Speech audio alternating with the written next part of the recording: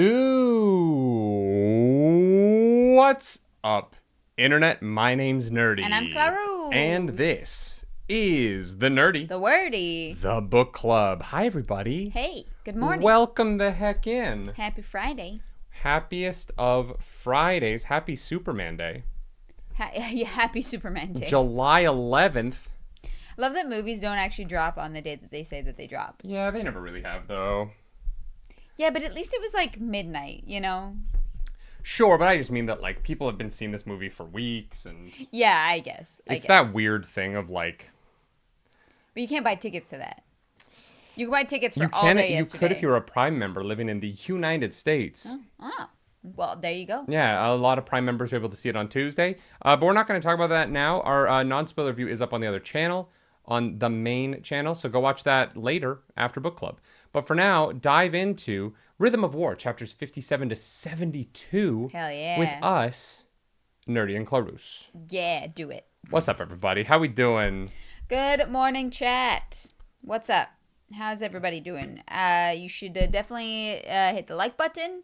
It's a cool little button. You should also hit the subscribe button. You should hit the subscribe button. You've missed doing that so far. Yeah.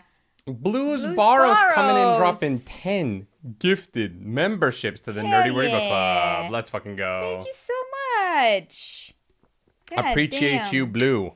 There was a good chunk of reactions this week. There were some good reactions this week. For y'all There members. was some good reacting this week for sure. I mean, I feel like there's good reactions every week, like, if we're being honest. Yeah. There's definitely a lot. Yeah, Code 76. Looking at you. The reaction. Y'all been eating good with the reactions lately. So thank you to everyone who has commissioned those. We already have a bunch for the rest of the book. So. Do we?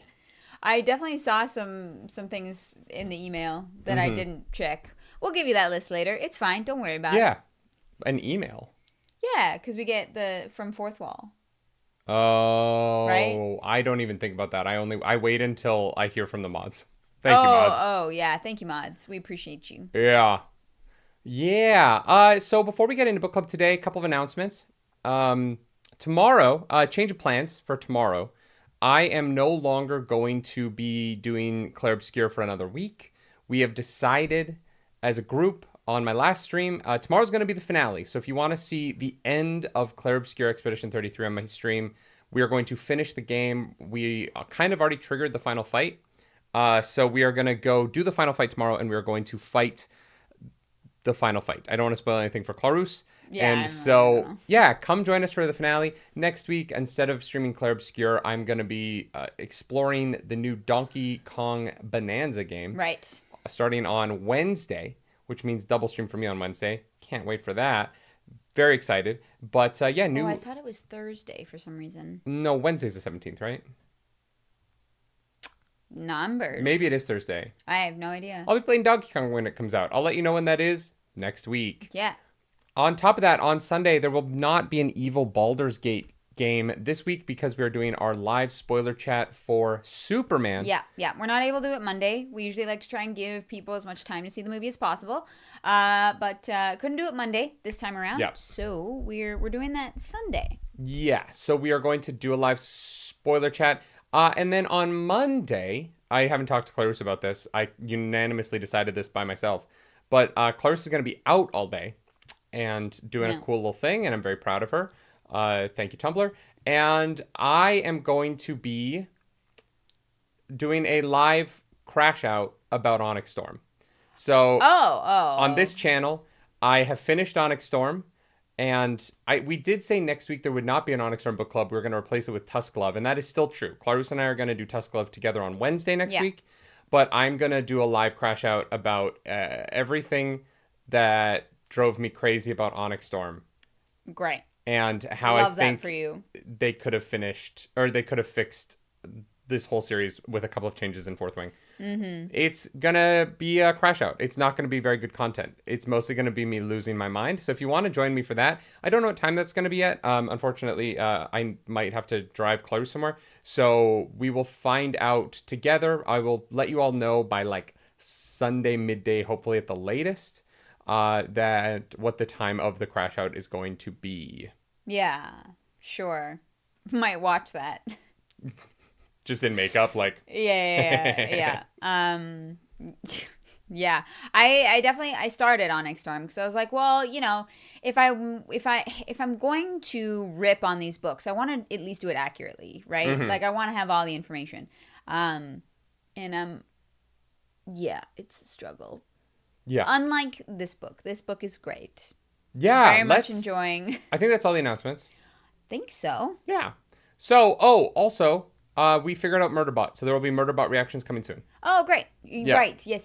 That it was my Apple account the whole time. So we have a Apple TV account under Clarissa's name now, and we are going to be able to react to Murderbot. I am so excited because, big news, Murderbot just got renewed for season 2 ahead of tonight's finale.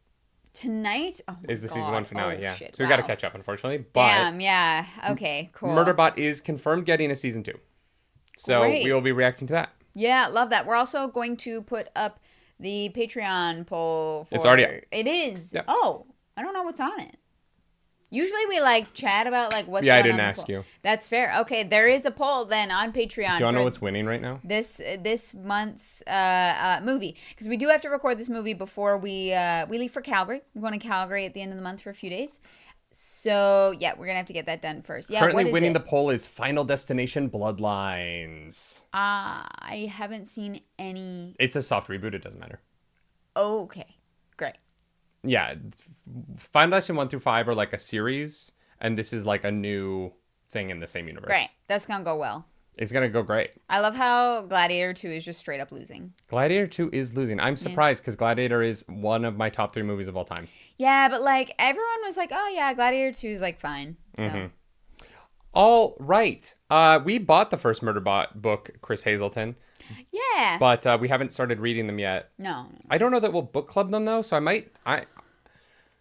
It feels I have now finished all of the audiobooks in my queue. So I need new stuff to start reading because I finished Will You're of done Many. Tusk Love? Well, I don't have the audiobooks. I can't. We only have the physical copy, so I can't listen to that gym. I prefer to listen to audiobooks at the gym than music because I feel I work out to the rhythm of the music, which doesn't give me the strongest workout. Okay, fair enough. Because I go too fast. Gotcha. When I work out to music and I'm lifting weights, I lift on rhythm. I can't not lift on rhythm. Mm-hmm. And so it's the being raised a dancer. And so exercises where I want to take my time and really strain the muscle, I end up just kind of ripping through them. Yeah. Especially because I prefer to work out to fast music. Mm-hmm. And so I found that I actually get a stronger workout on audiobooks because there's no rhythm that your body gravitates towards. Yeah. And so I'm currently out of audiobooks. Joseph says, can I ask if there's any news about the Stormlight RPG? We're getting it on the 23rd, and we have no plans to do a show yet because of I don't have it yet. Yeah. We need to get the rules first. There was a time when we were we're gonna have a day 1 show. I know. And then we bought a house, yeah. And that's not going to happen because realistically, that show would fall apart very quickly. Yeah. So we are going to hopefully have a Stormlight show by the end of the year, but we'll see. Yeah. Yeah. Yeah, we'll see. There's a lot going on. I want to do it desperately. It is just the reality of it is the second half of August to the middle of October is going to be about getting into the new house. Yeah, I mean, yeah, even all of August is kind of chaotic right now. So, yeah. But if I suddenly announce that there's a one shot digitally with some people online, don't be surprised and come hang out. Go subscribe to the Roleplay Relay. Yeah. Just wondering if y'all are doing an Expanse book club anytime soon. I think we've said in January. We said right? January, right? Yeah. Which means we have to finish Kushiels by then. Yeah, which we can do that. Yeah. That's fine because we're doing. Are we doing Kushiels in September? Sure. I think guys. Sure. We're figuring it out. I'm so sorry. There also might be a world where our Cosmere reading schedule has to change. So we'll let the mods know about that first one if that happens. Oh, yeah. Well, we'll see. We'll see. Right now, everything is as it is, and we're just figuring it out. Sorry about that. Chris Hazelden says, "Does your new house have room to host people for role more? Yeah, to home people for roleplay. Yes, it does. Yes, it does. We're going to have a like fantasy tavern. We are building a tavern in our dining room. Yeah. So okay, when we get into the new house, we'll probably do a live stream and give you all a tour. You know, show you around, and then we'll talk about our plans for the house, cause we got plans, and I'm so excited. Like, It's gonna be really cool. Underscore, thank you for that super chat. RPG Thank unbox you. while you unbox in your new house. Yes, we will do an unboxing. That might be here. The 23rd of July, yeah. No, the 23rd of July we get the digital books. Oh. I don't think we're getting... Well, actually, no. The unboxing might be in the new house. Yeah, depending on when we get it. It might be in the new house. Because we take ownership of the new house on the 20th of August. But we have this place until October 1st. So we are planning on doing a couple of renos while we still have... during the overlap. Yeah. We're definitely going to... We'll do a big unboxing. We're going to play the game, obviously. But we may not play the game until we have the physical game anyway. So exactly. You know what? Do you want to commit to something with me? I want to say first, thank you, Chris Hazelton, for that super chat. Chris Hazelton, thank you for that super chat. Thanks, guys. Do you want to commit to something with me? Do I? Yeah, I have an idea. I just got a story idea. Oh. Yeah, great. How do you feel about letting the audience know that we are going to do a Halloween horror Stormlight RPG show? I guess that's... Sounds kind of fun, right? Maybe. It's horror? Yeah. Okay. Is this Roshar? Is this Mistborn? We won't have the Mistborn. We'll only have the Roshar books. Yeah, that's what I thought. Okay. I want to call it Chasm Creepin', and we'll do a horror one shot set in the chasms for Halloween. Okay. How's that sound? You know what? I think we can make that happen. Chasm Creepin'? Especially because of where our friends are, like our friends in Kitchener. Yeah. We'll be close to them, like, and they're big Stormlight, Brandon Sanderson fans. So. If nothing else, y'all, Chasm Creepin' is coming this Halloween. Sure. To a Twitch stream near you. And also YouTube. Because Twitch pisses people off. Yeah, it's Twitch and YouTube, Yeah, the ads on Twitch are atrocious. Are we live on Twitch right now? 12 minutes. No, we're not. Oh, great. Yeah, our Twitch restream has been busted for a minute, and I have not had the time to fix it. No, I can fix it if I have 10 minutes. I just have not had 10 minutes in who knows how long. Trust me, I understand. Oh my God, we saw Weird Al. Look, I know this has been a long intro. We saw Weird Al on Wednesday. Holy shit, that dude still got it. Banging. What a concert. Yeah. What a concert. Yeah. What an unbelievable man. I have only been to 2 concerts in my whole life, and both of them have been Weird Al. Yeah, like live music, like solo artist concerts. Yeah. What a man. Anyway, it's pretty great. What a date night. I love you, but people are not here to listen to us yap. Well, kind of. They're not here to listen to us yap about us. It is time to talk about this. That was like an old book club intro. We haven't done a 20-minute intro in a long time. You said 12. No, I know. No, I think we're at like 16. No, yeah, you're right. Oh no, it's 14. Yeah. We haven't done a 14-minute intro in a minute. Have we? Or do we just like feel like it's not that long? Because I feel like... No, I've been trying to keep it under 10 lately. Okay. Under 10. We didn't do under 10 today, but that's fine. Yeah. It's a little vintage book club for y'all. Vintage book club. All right, chat. Clarus, how did you feel about the ending of part 3 of Rhythm of War? Oh, it was so weird to like not start reading the interludes. Yeah, usually our splits end at the end of the interludes. So it was interesting that next week we're going to start with them. Yeah, that'll be interesting. I did enjoy that last week we left off with like 17 cliffhangers. Mm-hmm. And then we went back and we touched on pretty much everything that I was hoping that we'd touch on. So that was nice. And then left off with 17 cliffhangers. Maybe like 12, you know. Sure. Yeah. It just wasn't like... It was just very funny that last week it was like, this person's POV, they're about to do this thing. this person's POV. They're about to do this thing. Whereas this one kind of left off on a little bit of a downer, because the very end is like Navani contemplates her complete and utter failure, and I was like, wow, girl, that's, yeah. I mean, like, you're not wrong, but it is still rough to read. Yeah. Yeah. Navani's in her feels at the moment. Because she fucked up. I mean, yes and no. You know what I mean? Like, it's not really her fault. She's the one who convinced a sibling to share where the node was, right? Sure, but there was no other plan. You know what I mean? Like, that is fair. It's not like the sibling came up with an alternative and Navani was like, no, my plan's the better plan. And she's like, oh, no, the sibling's plan would have been better. It's that, like, the situation... The sibling has no plans. No, and the situation is such that there's not really anything that they can do. Mm-hmm. Like, the Fused have won this conflict.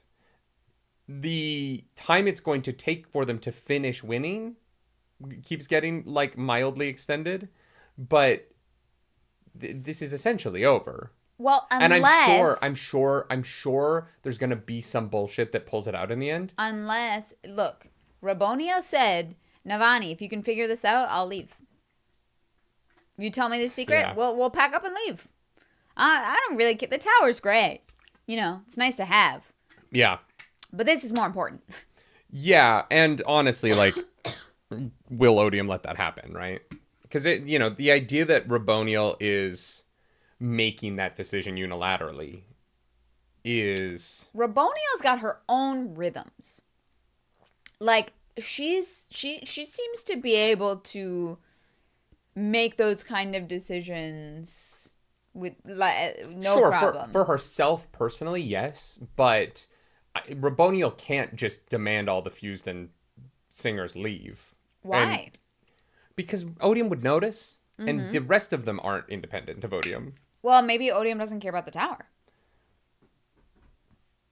Like maybe this light, like whatever the secret is just really that much more important.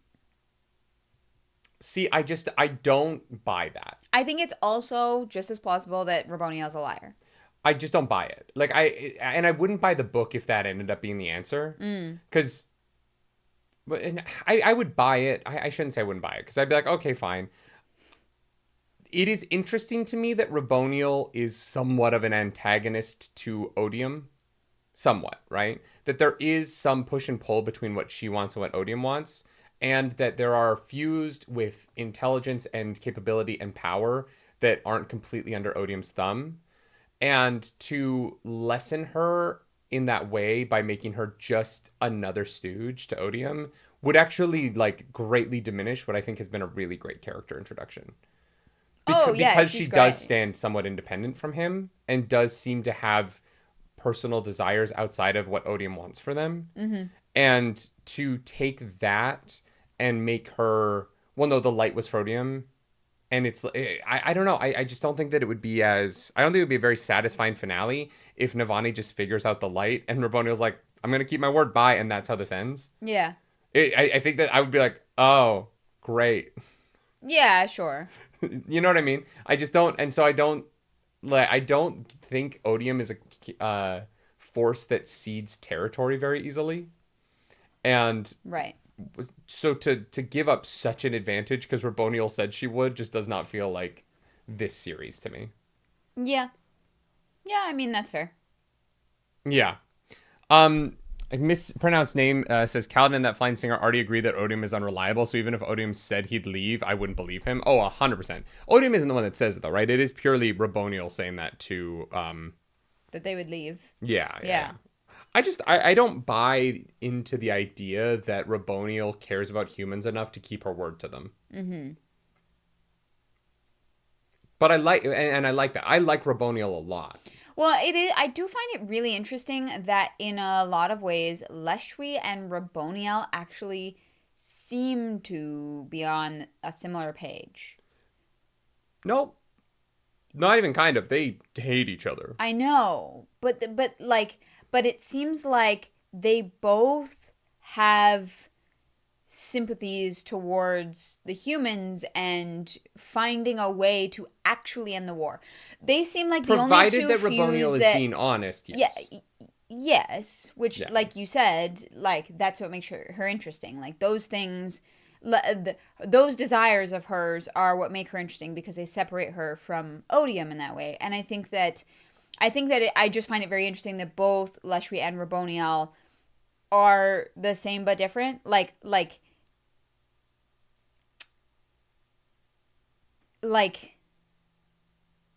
they both are sympathetic and seem to want similar things, like an actual end to this war. Sure, yeah.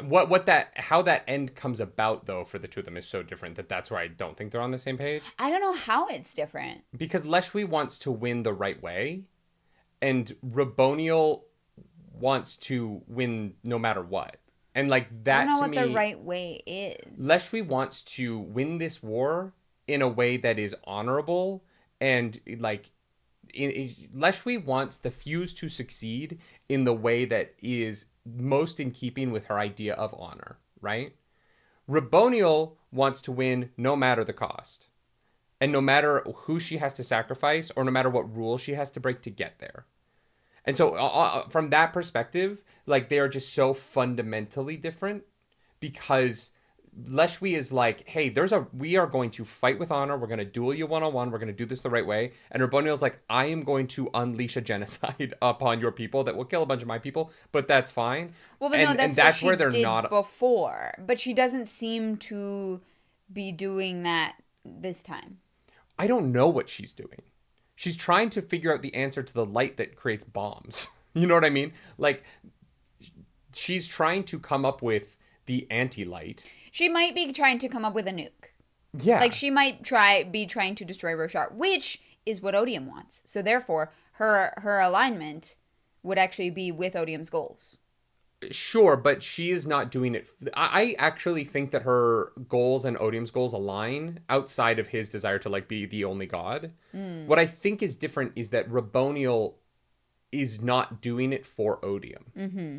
She's doing it for her own desires. Yeah. And she wants... I think that Raboniel and Venli have a more similar worldview. Yeah, I think... Of, like, wanting freedom from this system. Yeah, I think Carrion says that neither one is very loyal to Odium.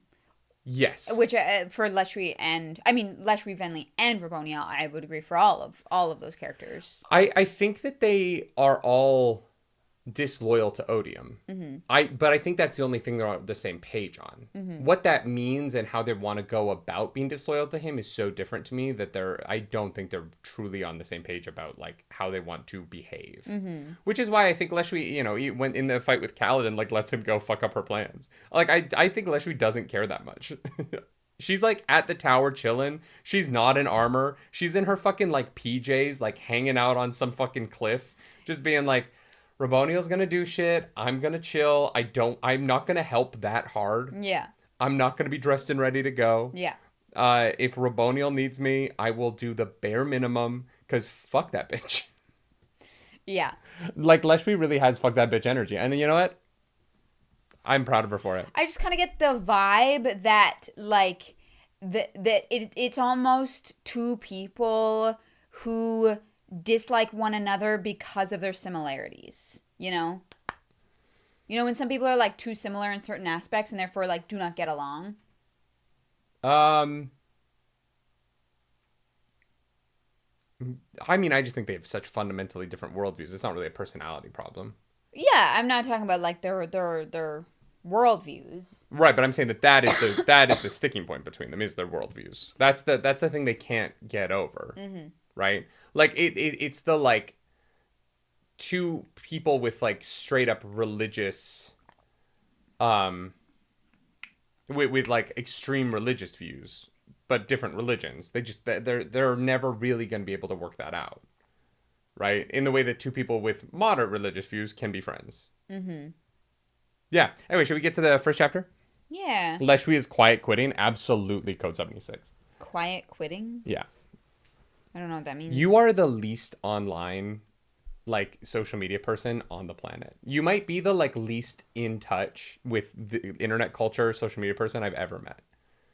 Probably. Yeah, it is amazing. You are so good at social media, and you have like No, built I'm not. we have built a social media empire. We literally, this is our job. Yeah, but if I was good at this, imagine how like Fair. big it would be. That's fair. But the fact that this is our job, Uh-huh. and you, anytime any like viral term comes up, you're like, never heard it before. I had heard of bop. Mm-hmm. I'm pretty sure bop has been around since like the 80s. No, that's new. That's a bop? No, like bop in regards to like Oh, OnlyFans like a mattress girls. actress? What? A mattress actress? There we go. Mattress actress.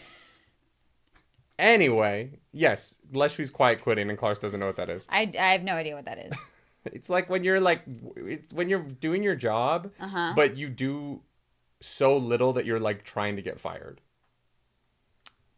Like you already don't give a shit, and so you like clock in, and then you just kind of like don't do anything. You're just like at the office, not really doing anything.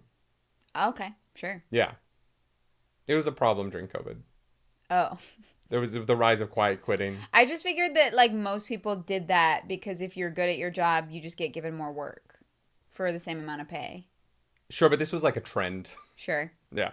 I don't know. Yeah. I don't know any trends. James Ross was like, I was about to say bop has been around since bebop music. Yeah, it's been a minute. No, yeah, but I want to be really clear. Quiet quitting isn't doing the bare minimum. Doing the bare minimum is doing your job. Quiet quitting is trying to like find ways to skirt the rules to do less than the bare minimum. If you're doing the bare minimum, you're doing your job. That's not quiet quitting. That's your job. you don't have to do more unless they're getting paid to do more. The bare minimum is your job. Quiet quitting is when you're like really stretching the rules of your job to do a little bit less than that. You know what I mean? If you're doing the bare minimum, you're not quiet quitting. I'm sorry to inform you. You are, in fact, showing up to work and doing exactly what you're supposed to be doing, which is what your job asks of you. Sure. If you want to go above and beyond, go above and beyond. That's fine. If you work for me, please go above and beyond. But that is just well. your job. Yeah. Or at least we do our best. We pay significantly above market rate.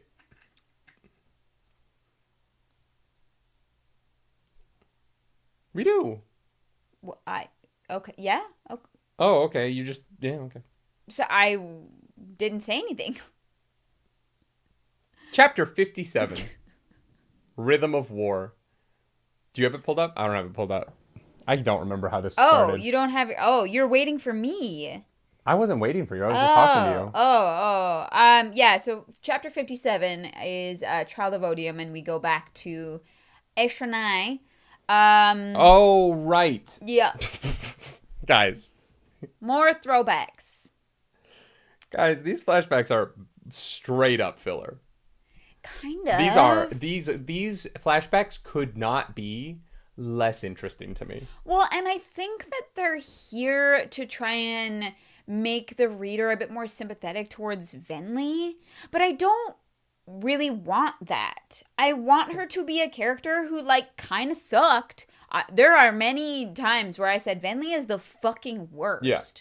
And she was. She was. No, even in these flashbacks, Venli still sucks. No, they've kind of like retconned it where like she's given a thing and she's like, well, I really want to find this form. And then she gets like taken over by a sprint and she's like, well, it wasn't really myself. And I kind of wished, honestly, that it had just been Venli. Oh. It had been Venli's worst tendencies that brought about this horrible event. And how does she come to terms with that and try and do better? But these flashbacks kind of felt like an excuse to be like, well, but it was like a spren. No, she sucked doing before it. that.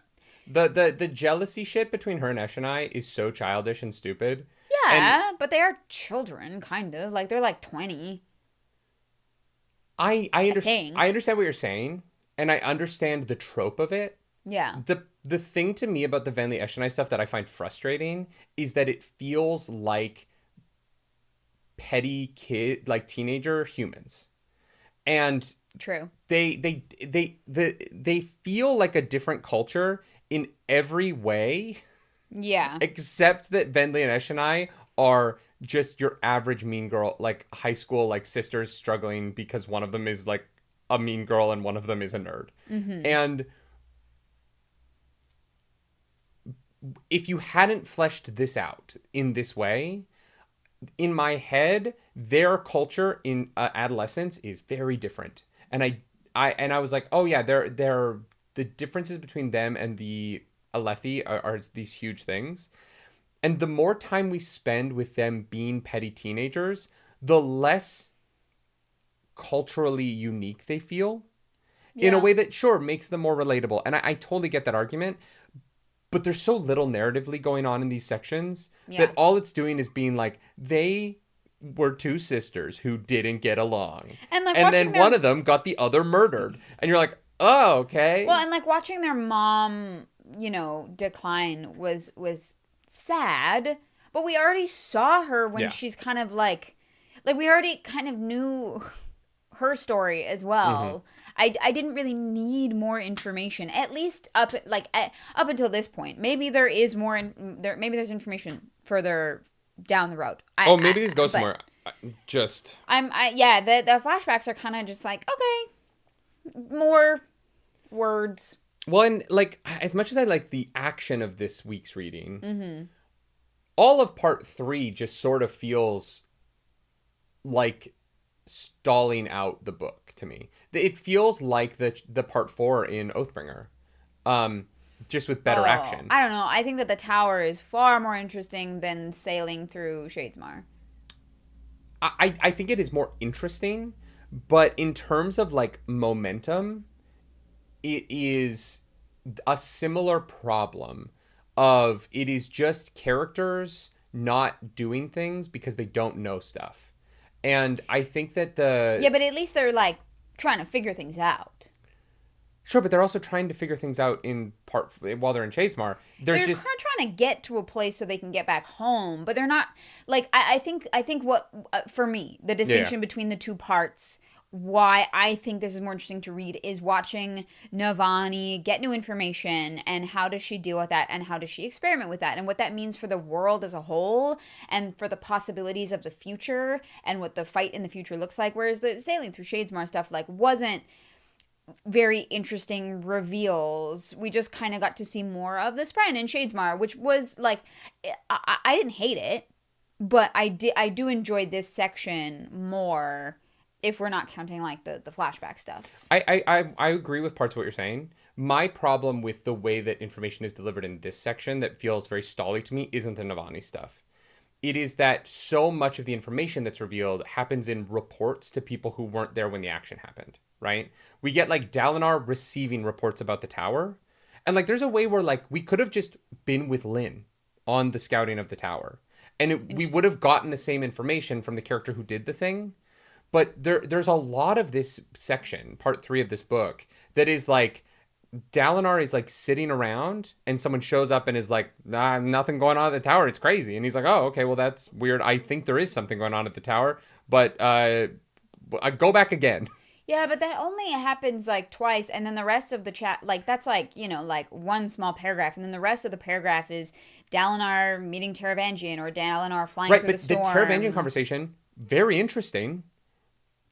Nothing happens in it.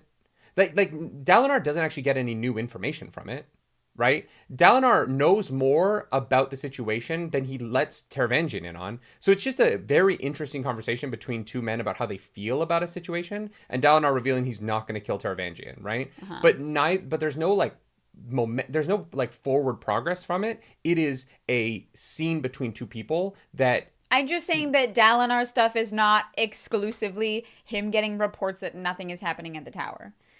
No, but a lot of his stuff is like him watching things happen.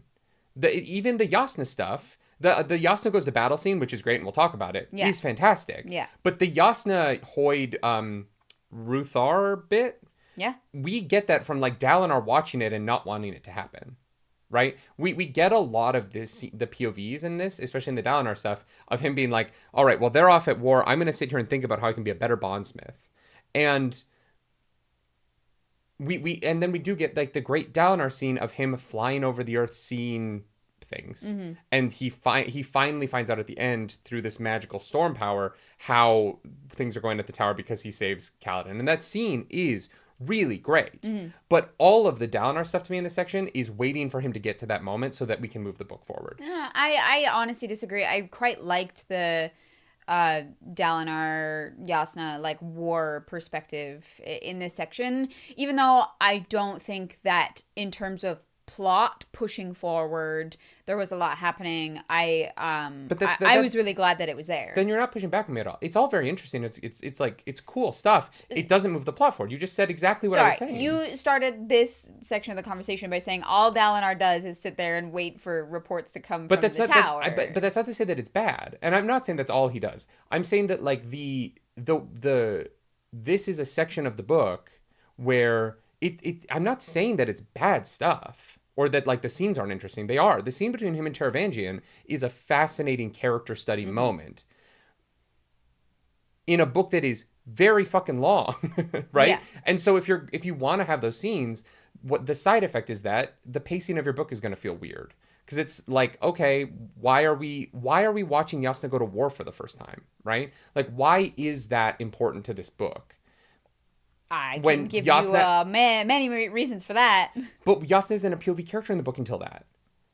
Okay. We've never had her POV in this book. And then all of a sudden it's like, and now it's really important. We've had her POV before. I don't know. I could give you a million reasons why Yasna being the queen and having these experiences is like really important for what happens next and for the future of Roshar. And it might get justified later in that it matters to a big moment, right? And like it might be seeded into her being more of a POV character, and this might be the start of her being more of a POV character moving forward, and that would be great because I love Yasna and I think she's a fascinating character. But in that moment I was like, oh, it's really interesting to watch Yasna fight for the first time. I don't know why it's here. I don't know why this is the moment where the book decides to do this. When Yasna, thus far, has not been a POV character in this book. It just throws her into that. And then she's not again for the rest of the chapter. She gets one chapter, 700 pages into a novel, where she's suddenly the POV character to show her fight, a somewhat mundane fight that doesn't seem to have a lot of bearing on anything, just so that we get her feelings on it, right? It is an incredible chapter. It is. It's a banger. It's really fucking cool. Structurally on the book, I'm like, I don't really get why we did this here. Why this was the midpoint of the full novel. It's almost the exact middle of the book, too. You would just put it somewhere else. I don't understand what these things have to do with each other.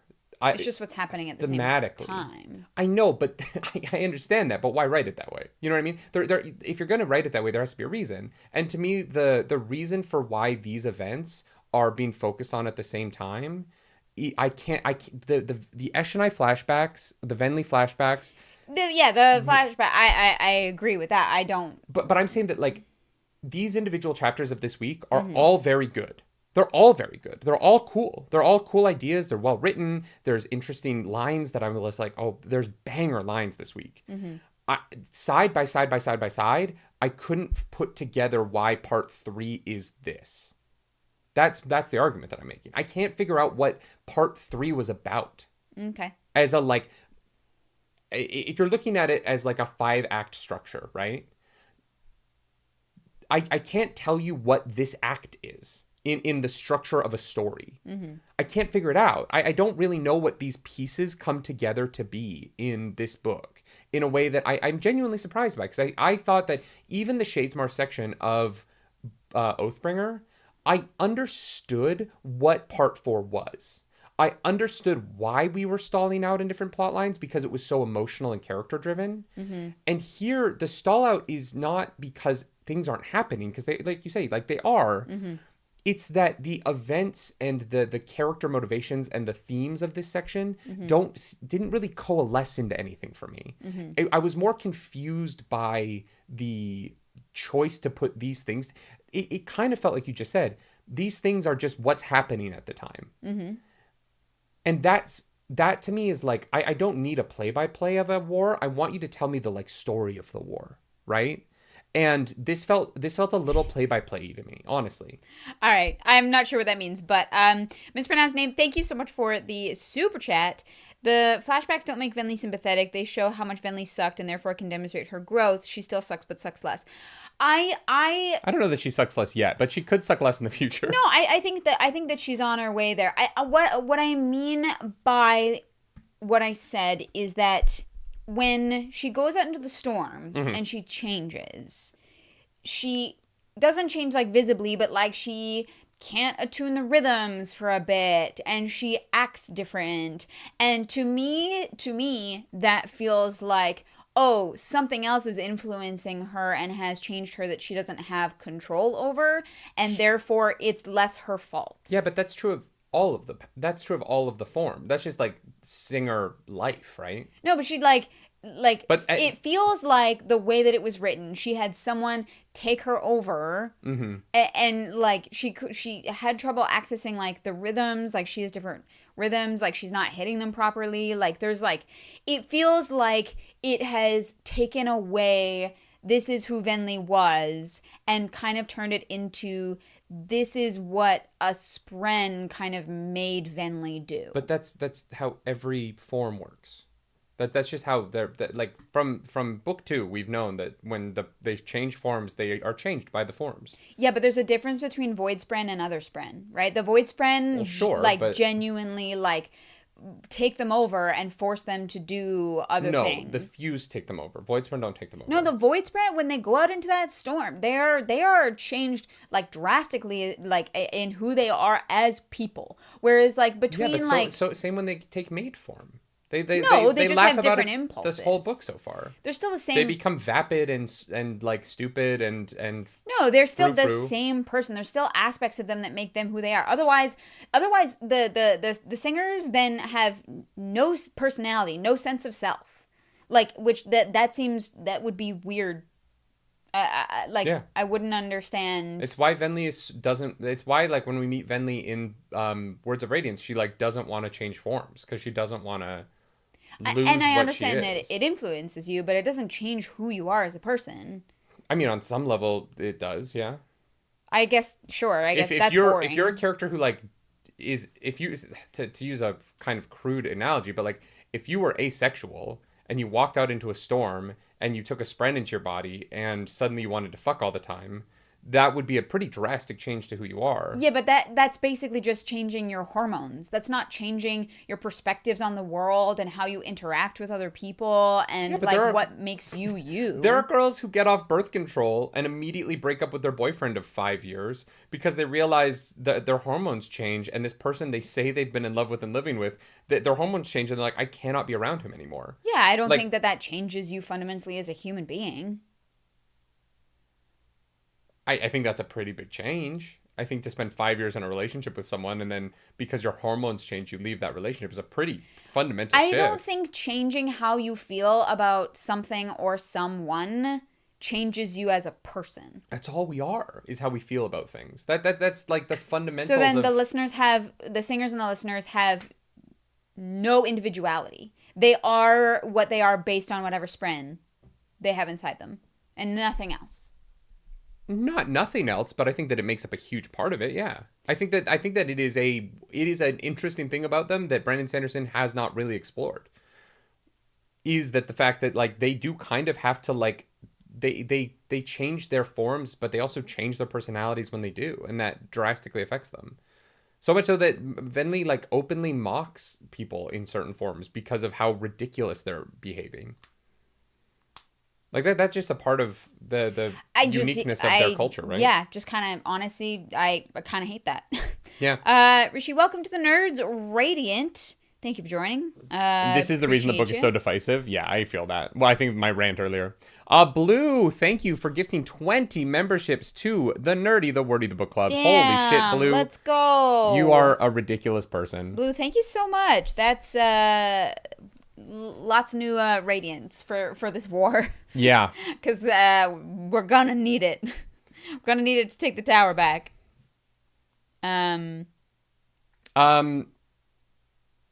Yeah. So yeah, no, I understand. I understand the weirdness around the singers changing with their forms. I just think that's just been a part of the books now for since Words of Radiance. Like we've kind of just known that. Like look at Relaine when in not dull form. What is it called? Yeah, it was. Yeah, dull form versus now, right? Like he's a completely different person. Dull form kind of strips you of personhood in a way. So then, how do any of the singers like know who they are? Because their culture is different and they're used to the change. Like that they don't stress. They don't seem to stress personality in the way that we do as humans. It's something that matters to us that doesn't matter to them as much. So if you like take mate form and have kids, and then you change forms, and you're like, oh, I hate my kids now. Like that seems like that seems like a weird thing to have in this culture. That like you just take in a spren and you are People not have the kids same. and then hate them all the time in our life, and that has nothing to do with. Yeah, because they didn't really want them in the first place. No, people want kids really bad and then have them, and then there's all sorts of traumas and hormonal things that happen as part of pregnancy that cause women to have insane postpartum depression and can Yeah. but Again, that's like hormone changes. That's not like who you are as a person. It doesn't change your lived experience. Sure. But it can. You know what I mean? Like your hormones changing can change a lot about you very quickly. I mean, Venli talks about how like if she were to change forms, she wouldn't be able to like remember the songs as well. Like it literally like affects their ability to remember things. Their ability to remember details changes, right? It seems like a pretty big change to me. Yeah, I just don't really understand why like any of them are characters then. If they are only the like sum of the spren that they have in their gem heart. They're not the sum of that, but it affects the sum. Yeah. All this to say, Venli takes in oh my god, we're still in 57. All of this to say, Venli takes in a spren and it starts talking to her in a manner that I can only say was too modern for me. Okay. It might have been the voice acting for that character. The spren is too sassy in a way that felt the spren did not feel like an ancient being. The spren felt like a very sassy like gay man at a club in New York City. Yeah. I was like, this thing's thousands of years old, and he's like, well, we're gonna go get to work, girl. And I was like, what the fuck is going on? Yeah, that is fair. All right, should we move on to, we're never gonna solve this, so let's move on to the next chapter. 58. Yep. Is back with Kaladin, who is trying to get that span read. There's like a hub where they're keeping everything. Yeah. And Syl pretends to be a void spren because she's good at changing. She's getting better at changing colors now. Has this ever been brought up before this moment? Yes. Okay. She changes the color of her dress. When did she do that? It was earlier in this book, I think. Okay. Yeah. I'm not gonna lie. I did not remember her ever changing color before, and this came up, and I was like, Because you don't read the clothing descriptions. Everyone knows I skip some of the clothing descriptions. And no, our there's like $50 patrons all flee. There's like a line where, yeah, she's able to change the color. Yeah, of her dress. this came out of fucking nowhere to me, but I was like, all right, sure. Then I can see why that would be confusing. I loved it. I loved little Syl pretending to be a void spren. She's like really bad at it. I thought this was cute as hell. Yeah. Yeah, I genuinely, I was like, you know what?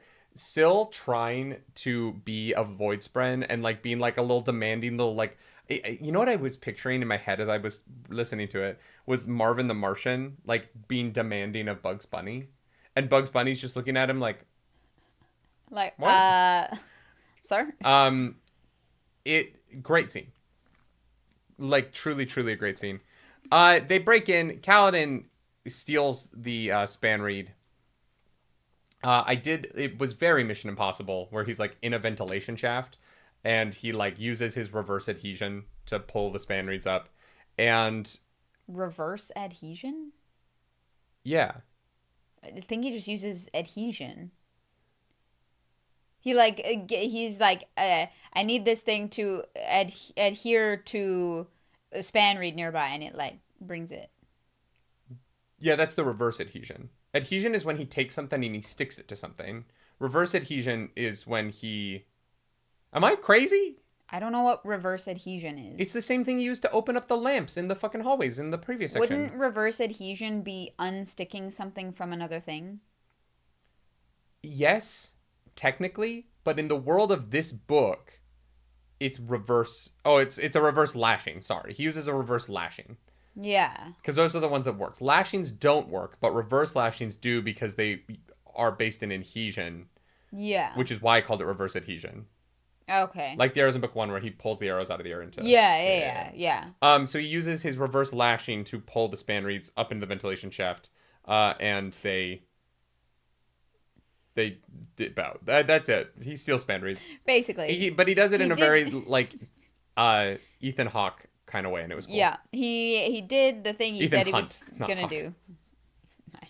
Ethan Hawke is an actor. Ethan Hunt is a character. Oh. Yeah. Yeah, he did it. He got him. Way to go. I don't really, like... Yeah, I don't know how he's going to...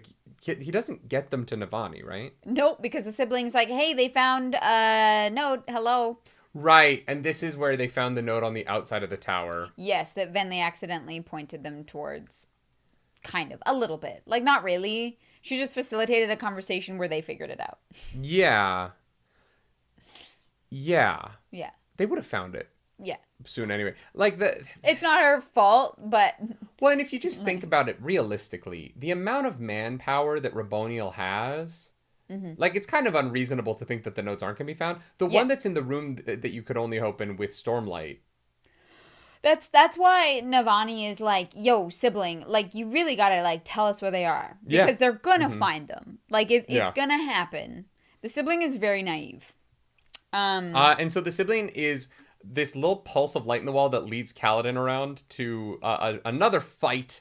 Raboniel is infusing the stone with void light, and Kaladin has to fight the pursuer. But he doesn't have his lashings. Mm-hmm. And it is... Syl again pretends to be a void sprint. Yeah. And he's like, you almost had me. Yeah, but you're not very good at lying because you're honorable. Mm-hmm. I do like that this fight and the second pursuer fight both end the same way, but in reverse.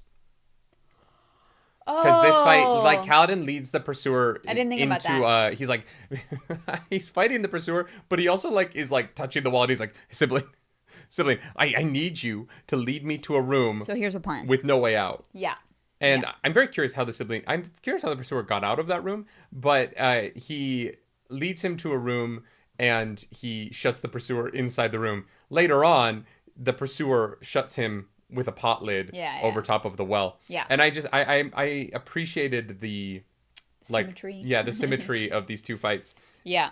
And the fact that the second fight obviously gets a little bit more interesting because Kaladin has the Fabrial. Yeah. But we kind of get Kaladin v Pursuer sans lashings for the first time. What did you think of this fight scene? It was rough. I was like, oh, Kaladin's dead. I was like, there's simply no way. But he's just so good. He's so wily. He's so good. Yeah. Honestly, the strategy was great. Yeah, it works. Like, lock him in a room that he can't escape. Yeah. It made total sense. But I was like, how is he going to get out of this? There's simply no way.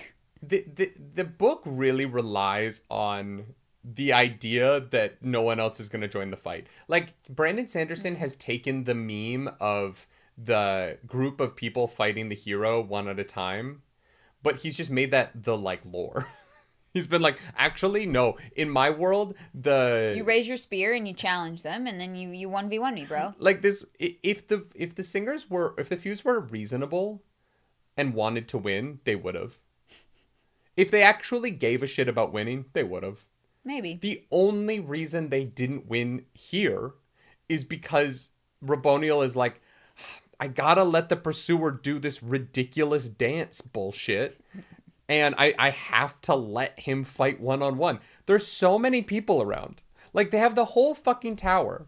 And it's just like, if the Fused were just any normal enemy force in any other conflict, this would be over.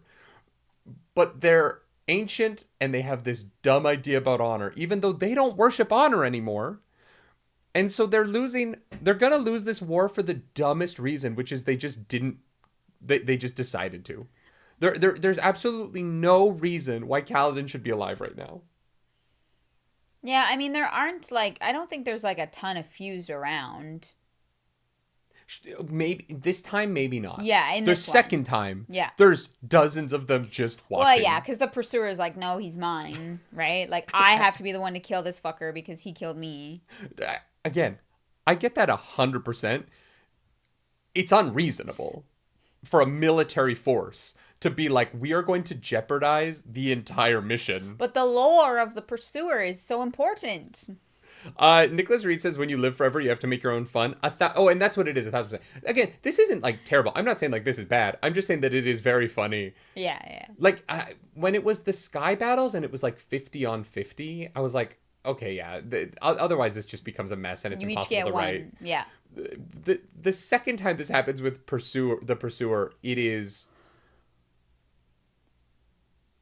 is just so funny to me that there's, like, 100 enemies literally just watching Kaladin juke around, like, not really fight him, literally just like it's like kids going to a basketball court and watching the one guy that just has a bunch of moves and so everyone's falling down around him. That's what the Pursuer's doing. He's not doing a good job. He looks foolish. Like, Kaladin is just embarrassing him in front of all of his friends.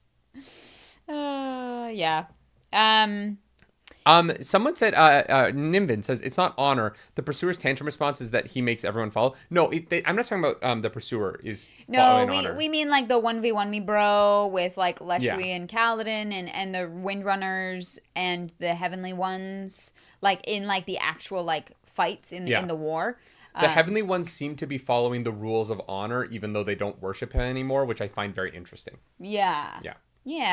And so Raboniel stabs Kaladin. Yeah. And he's not the Pursuer healing could never. super good. Yeah. He's not his healing is not working very well because the sibling is weakening. Yeah. I also think the other Fuse really enjoyed watching the Pursuer get embarrassed. Yeah, I also think they enjoy watching Kaladin do his thing. Like, I think I think there is a level of amusement in, like, play that funky music, white boy. You know what I mean? What you got? And I know Kaladin is not white, but I just mean I think they're just kind of, like, holding the tower. I think that they know they've won so hard that they're not that concerned. Mm-hmm. Like, they're not like, well, Kaladin can really fuck this up for us. Yeah. And because he can, right? Like, once they find the fourth node, I don't know that Raboniel knows this or that the other Fuse would know this, but Kaladin can't break the fourth node or else the shield comes down anyway. So, like, they're in this weird stalemate where, like, Kaladin's actions are only delaying what feels like the inevitable to them. So the Pursuer wanting to do his nonsense, it doesn't really matter. Like, Kaladin isn't killing any of them. Even if he kills the Pursuer, he doesn't die. The consequences for the Fused in all of this are so... And you know what? That might be part of what's contributing to me feeling like this is a little bit of a stall, is that this is an invasion that worked and also has no stakes for the people who succeeded. Like, Raboniel doesn't really need to move faster because there's not really a world in which she's ever at risk. Right. And by making the enemy force all these immortals, there is an interesting element of, like, they don't give that much of a shit. Yeah. And I think I feel that in the book a little bit. Okay. I think Brandon Sanderson, if for me to, like, really dig the, like, second half of this book, I think that he needs to find some stake, or in Wind and Truth, like, find some stakes for the Fused, that these, like, fights matter to them. You know what I mean? I mean, it's tough when, like, most of them are insane. Yeah, it's true. Like, I totally hear what you're saying. I don't know if that's gonna happen. Sweet and Savory says that's kind of war, though, isn't it? Stalling the enemy until they give up. I mean, if you're on the defense, yeah. Yeah. Sieges are notoriously not interesting. Yeah. Like, the Battle of Helm's Deep would be far less cinematic without the bomb. If the wall stood up and they just shot at each other for 5 days. Yeah. Like, you know what I mean? I never need to see a movie about a siege in medieval times when they literally just sat in front of the gate for 3 months. Unless the movie is not about the siege. Sure. And this is about the siege. Yeah. Like that's. So I just thought it'd be a cool movie idea. I was like, wait, it's not about a siege, but it takes place in, like, with the structure of a siege, and it's about, like, anyways, it doesn't matter. It's not related to the book at all. But, like, Carrion says a great point here. Like, and Kaladin repeatedly says he's just stalling so that Navani can come up with a solution. Mm-hmm. I didn't feel like Navani got any closer to a solution in this section. Right? I found her stuff very interesting, and, like, the, like, mechanics of the Cosmere are cool. Yeah. They're well thought out. They make sense to me. The moving the light between the spheres stuff is interesting. Maybe it's going to be how they save the tower, but right now it didn't. For all of the stalling of this section, Navani is maybe a couple of steps closer, but not. You know what I mean? Like, sure. And the biggest problem with it all, I know I keep skipping ahead. I'm sorry. The biggest problem with it is that now Navani and Kaladin can't talk openly, and so, like, the reveal that they're listening in on the sibling conversations means that moving forward, less is going to happen. Well, yeah, I think that the reason that that is the end of part 3 is things are about to drastically change, because Dalinar is about to show up, right? Like, how? What do you mean Dalinar is about to show up? How's he gonna get there? He's gonna go get the fucking God King to show him how to boop over and open up a perpendicularity and do bondsmith stuff. Oh, like go through Shadesmar? Something like that. So we're just getting, like, Wheel of Time gateways. Yeah. I honestly, if I were to, like, take a guess, I don't think that the tower perspectives, unless maybe it's, like, a couple of Venli, I don't think there's going to be a ton of tower perspectives in this next section. I would fucking love that. I would love to get away from the siege for a bit. Yeah. As much as I, like, find Navani making these discoveries really interesting, I do think that, like, we can jump ahead a little bit to the next time we're with her. These are the discoveries that have been made. These are the things that she's already tried.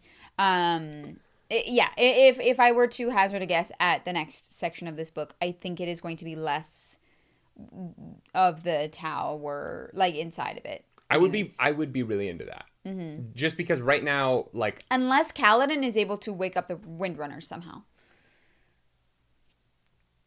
But they wouldn't have powers. They would just get slaughtered, right?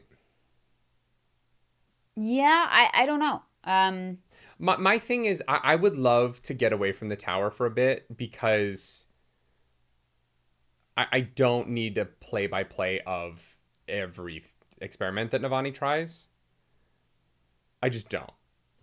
And I don't know. I've enjoyed it. Like, we said in earlier books that we wanted to know how the Fabrials worked. We wanted to, like, really explore, like, the discoveries and, like, the science of Roshar. And I think that, like, we got what we asked for, and I've enjoyed it. I personally find the many colors of light thing less interesting than the Fabrials. I find the concept of the fabrials and like the aluminum and like playing with that far more interesting than there's now 5 magic lights, and there's just the different creatures create different kinds of light. I wish that it had stayed at Stormlight and Voidlight. There's now too much light to me. There just is. There's too many different things going on with light. And I feel like Lifelight is just energy. And if we had gotten to the point where I understood fabrials pretty well and felt good on that, and then we introduced this, but it feels like the fabrials thing was important, and now we're just doing like a different we know thing. we know what fabrials are now. Like, kind of, but like also like I was really into the idea of the Soulcaster being a spren that's been convinced to be something permanently. Like that was a cool idea. I was like, oh, we're gonna explore that. Navani's gonna like start making these gadgets and gizmos to fight the fused in the tower by convincing spren. Right? She's gonna start doing something else. I don't know how she can talk to spren. She can't enter Shadesmar, right? They're just around. Like, spren are just kind of present all the time, right? Yeah, but I don't think you can convince a spren outside of Shadesmar, right? Like, even Shallan has to go into Shadesmar to tell the stick that it's not a stick. Right? Or am I misremembering that? Yeah, no, and I just figured, like, okay, we've learned stuff about fabrials. We know that it's about this. We know that it's about this. We're going to use this new knowledge about how to make fabrials permanent to win the day in Urithiru. And then Rabona shows up and is like, actually, it's all about light. And how the tower light is life light plus storm light. And there's anti-void light. And there's also anti-storm light. I don't know if there's anti-life light. There probably is anti-life light. So there's 6 lights. Okay, so there's 6 base lights. Then there's a 7th light, which is... What? Tower light. What? Okay, there's void light, storm light, life light. There's also anti-void light, anti-storm light, anti-life light. Is there? Well, if one of them has an anti-light, they all have to have an anti-light. It's not like only void light can have anti-void light. And then, or like... I assumed it was just like anti-light. Oh, so like any anti-light... Oh, so anti-light antis all 3 lights? In my brain. And okay. I have, like, I guess it's not said. But I was like, yeah, there's the 3 lights, and then there's the, like, anti-version of it all. Michael Kioski says there are 4 lights. There's definitely not 4 lights. Well, no, you can combine other lights to make... Because there's tower light. Yeah. But there are 4 originally, is what I thought. There's, like, the 3, there's a void, storm, life light, and then there's this, like, anti-something. And then there's tower light. Well, but that's just a combination of 2. Like, I don't know if that's naturally occurring. But that's like saying that green isn't a color because it's a combination of 2 other colors. It's a different color. Well, no, green is only green because green is what your eyes don't see. Which is a weird way of saying that, but yes. Color still exists, though. It's still different from blue, and it's different from yellow. Okay. There aren't 3 colors. There's many colors. They're just made up of the 3 colors. I thought color wasn't color. I thought color was the absence of whatever. No, that's how we perceive color. Okay. Color is different than how we perceive color. Oh. So like, okay, so the green spectrum of light is green. I thought it was everything but green. No. The spectrum of light is green. When it reflects off a surface and comes back to your eye, that surface does not hold that spectrum of light.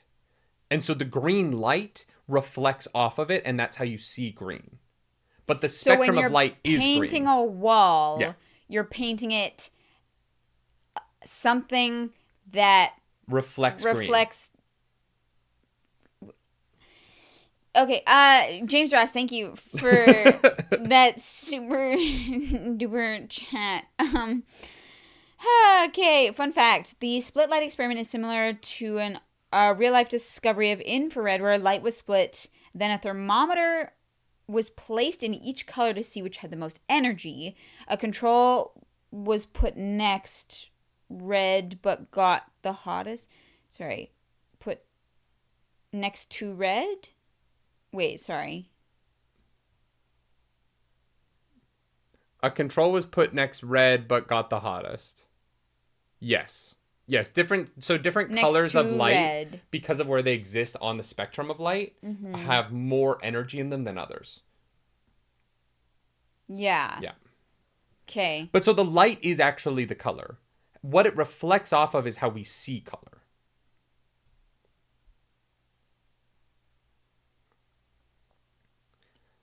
Which is why when people, when people like say the thing where they're like, well, how do we know that how you see green is how I see green? Right? Mm-hmm. Those people are wrong.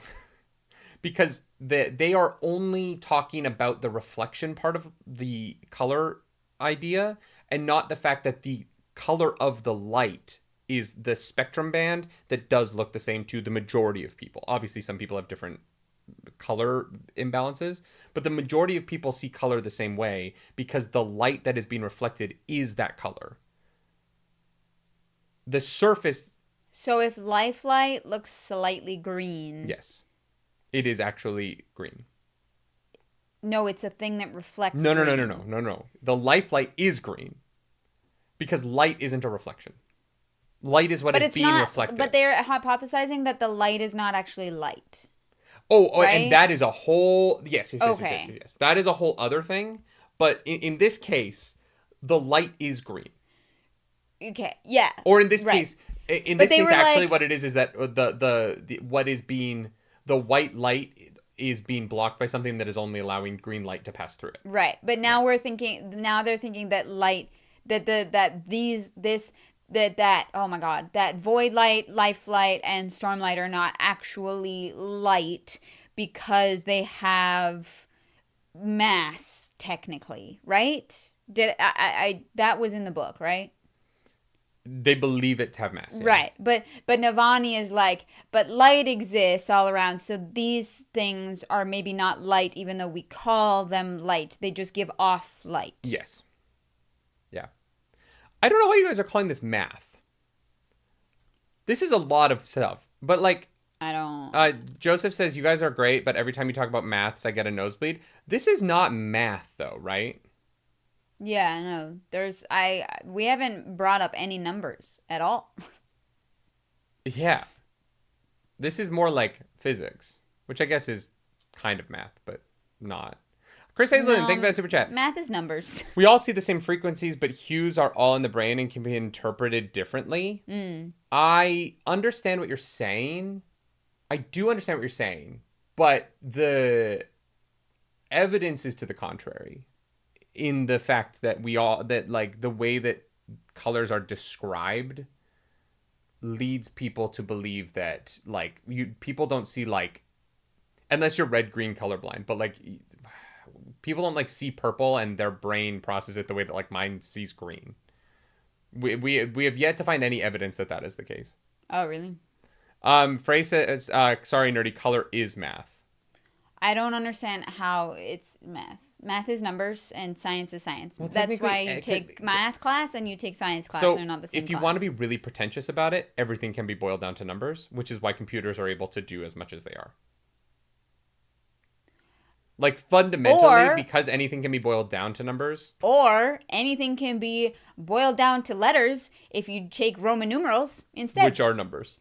Those are literally just but they are letters. You just described numbers. But only because we've decided that they equal certain I know, close. Numbers. That would still be math. Yeah. So you've just disproved your own point. No. It's not. I mean,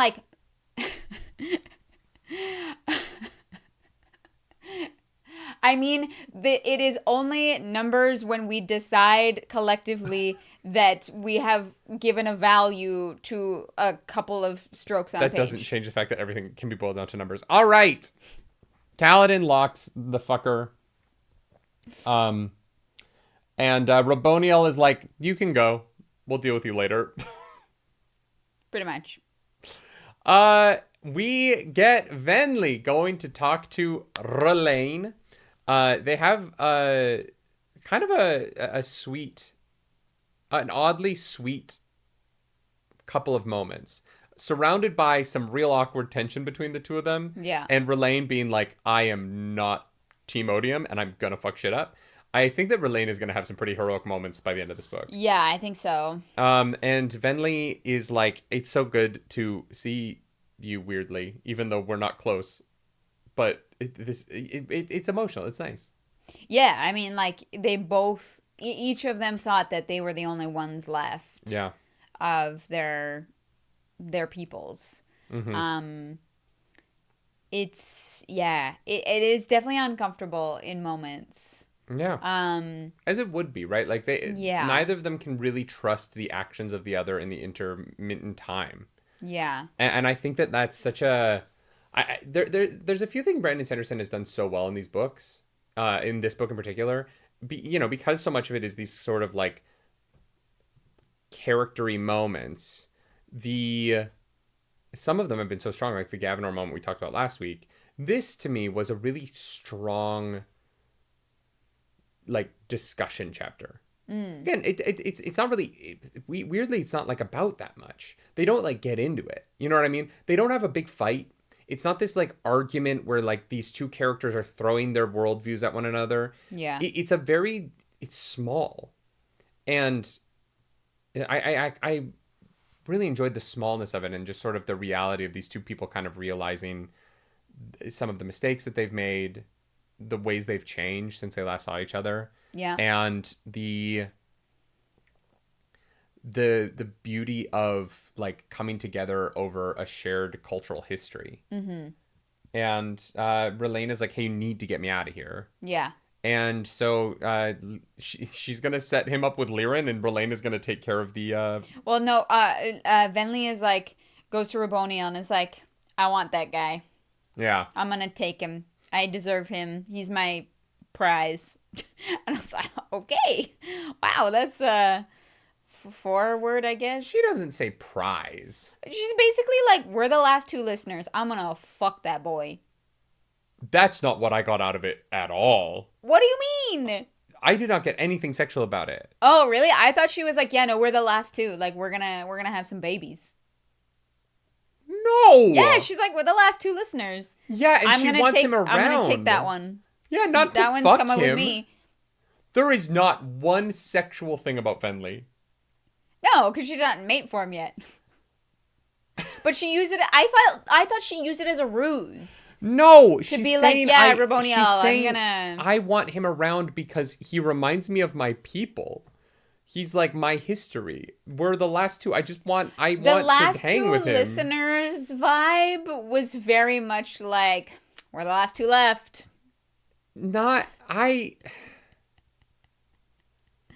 Could be. Absolutely not. You don't know how Raboniel interpreted that. I do. She might be like, damn.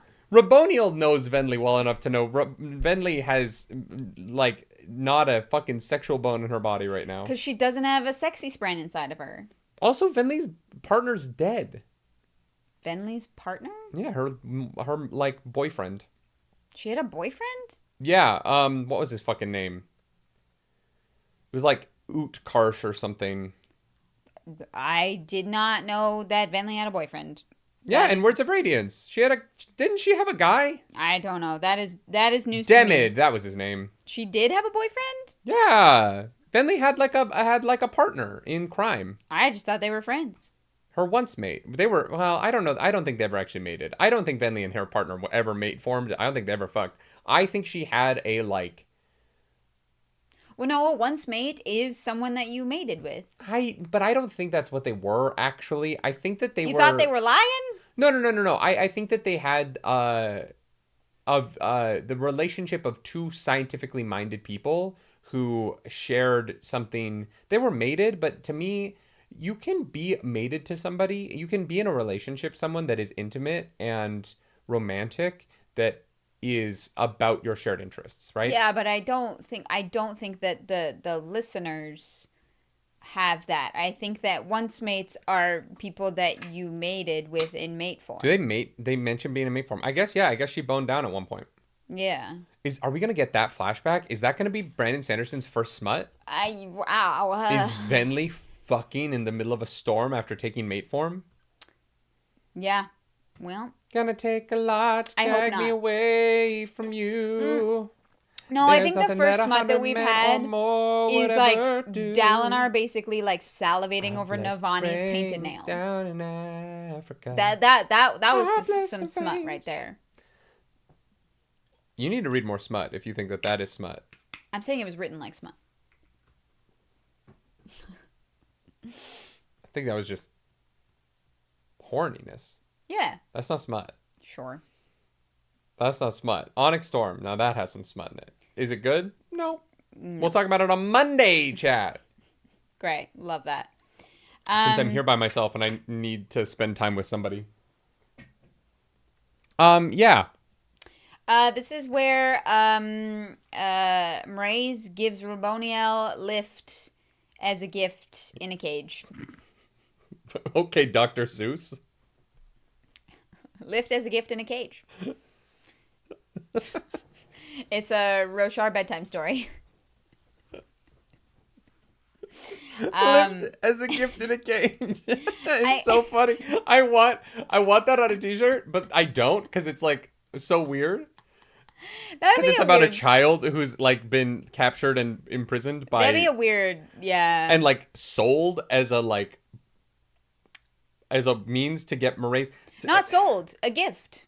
Sure, but like in exchange for Mraize's Bob's having access to the Oath Gates. Yeah. I don't know what the fuck is going on with this. Bruh, I'm so confused. You know what I mean? And it's so far in the background, and I care about it so much more than than like the things this section is focusing on. Genuinely, I'm so much more interested in what the fuck is going on with Mraize and Lift than 90% of what we read this week. That I was like, can we spend more time with this, please? Because this is actually I'm actually very interested in this. And you're like, the coolest part of this week's reading is a background detail. And I was like, no, focus on that. There's actually something happening there. That's interesting. No? Are we going to find out about it ever again? Maybe in the intervals? Like maybe at the... Interludes. Fuck me sideways. Why do I keep calling them intervals? I have no idea. I don't even know where that came from. Ti, la, sol, fa, mi, re, do. I'm just too music theater rotted. That might be true. Yeah. I don't know the exact date of the book, but Kids in Cages feels like it was topical. But this, again, this is the Brandon Sanderson version of topical, where it's like in the book, but it isn't relevant enough to matter to anything. It's just like a present thing. Yeah. I'm so much more intrigued by Mraize than anybody right now. Really? Yeah. Oh, I'm not gonna lie. I kind of like don't give a shit. Oh, I want to know. I just want to know what's going on with the fucking Ghost Bloods because it's been teased out for so fucking long and his actions don't make any sense to me. I think I've kind of like gotten numb to it. Like I'm literally like I was like, yeah, like what's Mraize up to? Who does he work with? Who does he work for? Like who's his Bobs? Like all these things, and I'm just like, oh my god, I can't like. I feel that as well. Yeah, I've just become disinterested because I'm like, not gonna find out anytime soon. It is both for me. I think Mraize kidnapping Lift is interesting because I know what Lift can do.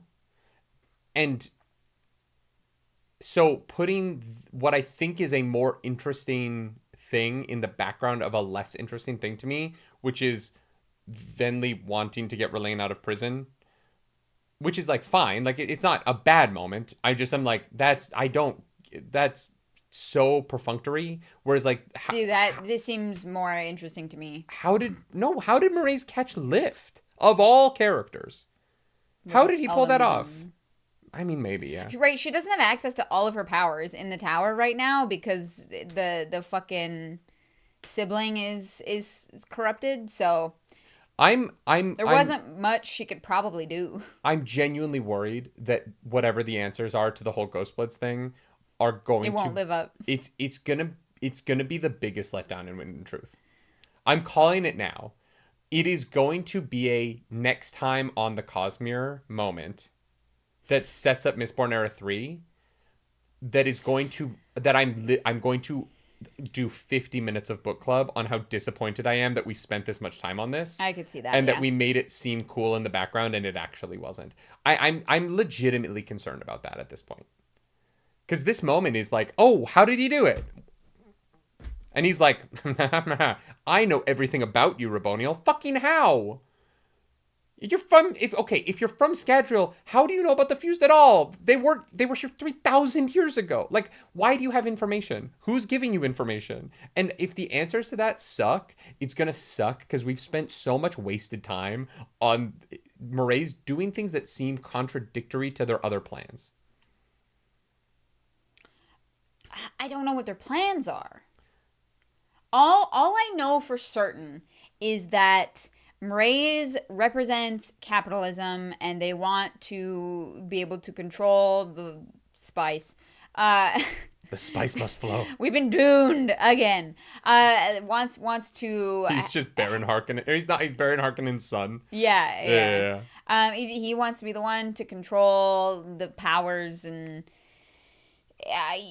like through the multiverse. I don't know. I'm like... I'm kind of over it.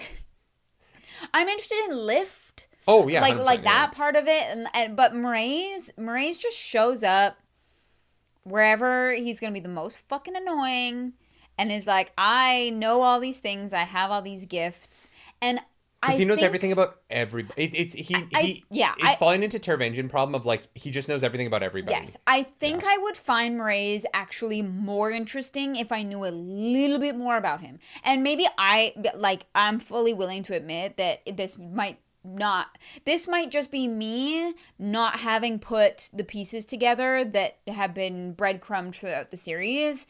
I genuinely have no clue who Mraize is tied to, who he works for. It could be fucking Hoyd, for all I know. I don't think it is, but I really don't feel like I have a good grasp on the Ghost Bloods and what their point is. Yeah. Like, why are they here? Not why are they here, but why has Brandon Sanderson put them in this story? Yeah. I don't know. Yeah. Okay. And I'm starting to feel like I'm stupid because I haven't gotten it yet. You know? Actually have a hard out today. Yeah. And we are 3 chapters in, so we've got to burn through some stuff. Venli talks to Raboniel. Gets Relaine moved to work with Lirin. She's got her friend out. Yes. Then she walks away and she's like, oh my god, I got someone out of prison. And then she says her words. And then the cultivation is like, fuck you, bitch. Nope. These are not accepted. Rejected. And she's like, wait, but like I got someone out of prison. And she's like, oh, I just watched a child get sold like a slave. Right. In a cage. Yeah. Right. I have to live up to my ideals all of the time. Yeah, not just when it's convenient for me. Not just when it's convenient. Yeah. Right. All right. Next. Oil and water. For some reason, the important thing in this chapter is that apparently the Fused don't know what soap is. And that is crazy to me. They must smell awful. Raboniel is a fucking genius, right? Doesn't know what soap is. And that to me is heinous. The Fused must just reek. How do you know they what do you mean they don't know what soap is? Because she's never heard of an emulsifier. She does not know how to mix oil and water. And soap mixes oil and water? It's an emulsifier. Why do you think it cleans oil off of your body? I thought it removed it. Yeah, but that's what soap does. It's an emulsifier. Otherwise, the water would just like it's what mixes the oil into the water and drags it off of your skin. That's like soap's whole thing. But you can also use water to push oil in a direction. Yes, but then they don't blend at all. Yeah, so you could use water to wipe oil off your skin. No, you can't. If if you have like oil on your skin and you just put water on, the oil will stay there. You need an emulsifier, which is what soap does. That's like soap's whole like part of that's why soap cleans your body, is because it emulsifies. It like literally like attaches. Basically, works kind of like glue, right? Like it goes in the water and it connects the bonds of the water to the bonds of the thing that it is pulling off of you. Oh. Yeah. Soap is one of the best emulsifiers. Yeah. Best emulsifiers for what? It combines anything? Then why doesn't Navani just try soap? If it's the best emulsifier. Girl, I don't know. This to me was a little bit like in Lord of the Rings, The Rings of Power, when Celebrimbor is like, I don't know how to make these rings. And Sauron is like, what if we mix two metals together and make an alloy? Jesus Christ. You know what I mean? Yeah. Because she's like, yeah, you can mix oil and water with an emulsifier. And I was like, wait, Rabonials, they don't have soap? Just because... Rabonial is a genius. Okay, so... Who... I didn't know that soap was an emulsifier, and I still wash myself. I understand that, and I love you with every beating of my heart. You're not a scientist who's trying to blend things together. Okay, but Rabonia is a scientist trying to create like biochemical warfare, I not know, like getting people clean. She should. I understand that, but she should know it. This just sort of felt like knowledge that a character of her intelligence, and she's also, I want to repeat, like 7,000 years old. She should know what a fucking emulsifier is. This moment felt very silly to me. It felt... I was like, wow, that's cool. Well, and I because you didn't know what an emulsifier was, but like emulsifiers aren't... This isn't something that I know we that an figured out in like... emulsifier is something that bonds one thing to another. I just didn't know soap was an emulsifier. Sure. We've just known this for a very long time. And this gets into the like... The fused are like ancient. Mm-hmm. I just thought but Raboniel says that their biggest problem is that they're too fucking old and they have no impetus to try anything new. That's why she has this like weird respect for humans, because it's like, well, they kind of suck at things and they don't live very long and they make a mess, but they at least like try different shit, and we just are content with the same things over and over again. Sure, she's just been doing 3,000 years of science. Or more than that, right? She's been doing science for thousands of years. Yeah. And, like, they figured out, like, steel weapons. You know what I mean? Like, this isn't... Culturally, this isn't a people who have never had technology. The Fused had technology back in the day. Mm-hmm. It's not like they're all... The Fused exist outside of the current desolation culture that Alethi lives in, right?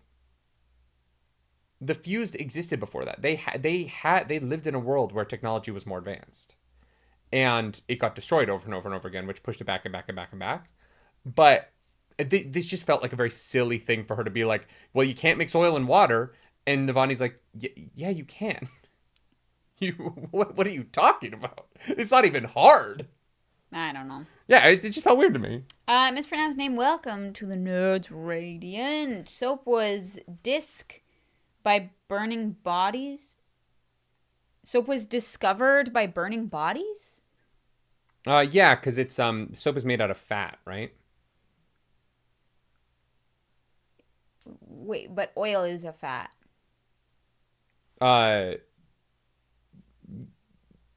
Soap is made out of fat? No. Yeah, it is. So you just take... Have you never seen Fight Club?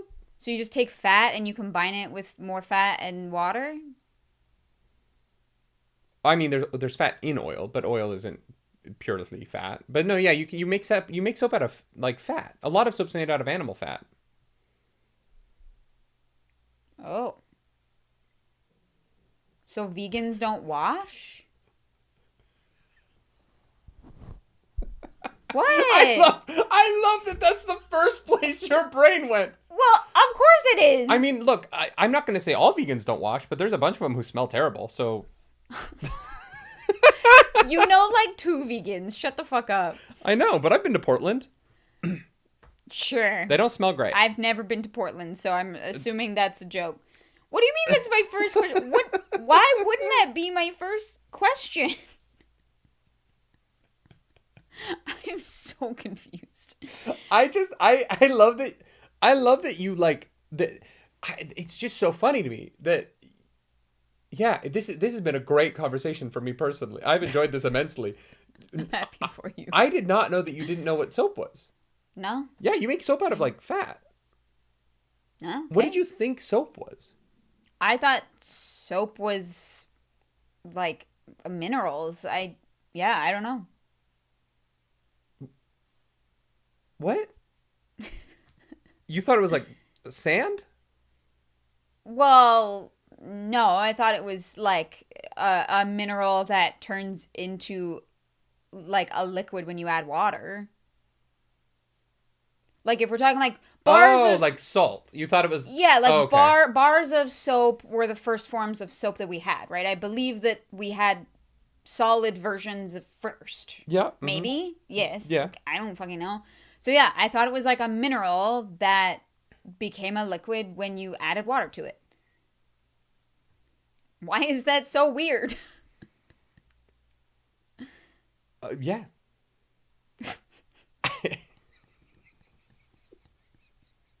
So then what is vegan soap made out of? Oil. So you add oil to oil and water and it mixes it? You can get... Yeah. Sure. So why hasn't Raboniel added oil to add oil lye, and water? It's like lye, fat, and something else, right? I don't know. Most of us paid attention in high school chemistry. I got 27%, okay, in a high school chemistry. So I paid 27% attention. You're welcome. I think actually it was 27% in either chemistry or physics. I don't remember which one it was. I did great in biology. Why are you admitting to this online? Because I don't give a shit. That's fair. Not everybody is good at everything, guys. Oh my god, that's so funny. Vegetable oil plus lye equals crappy soap. There we go. Thank you. Umeng, thank you for that super chat. Do you think Venli is doing the right thing just because she feels guilty? And if she does, is it morally right? No, I don't think Venli is doing the right thing because she feels guilty.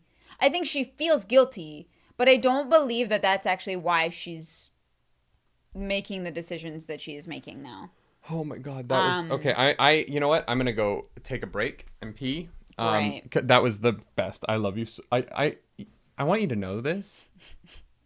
You're my favorite person on the planet. Great. And this I love feels you. patronizing right now. It's a little bit, but I don't want you to think that I ever am laughing at you, because I know how brilliant you are at the things that you're brilliant at.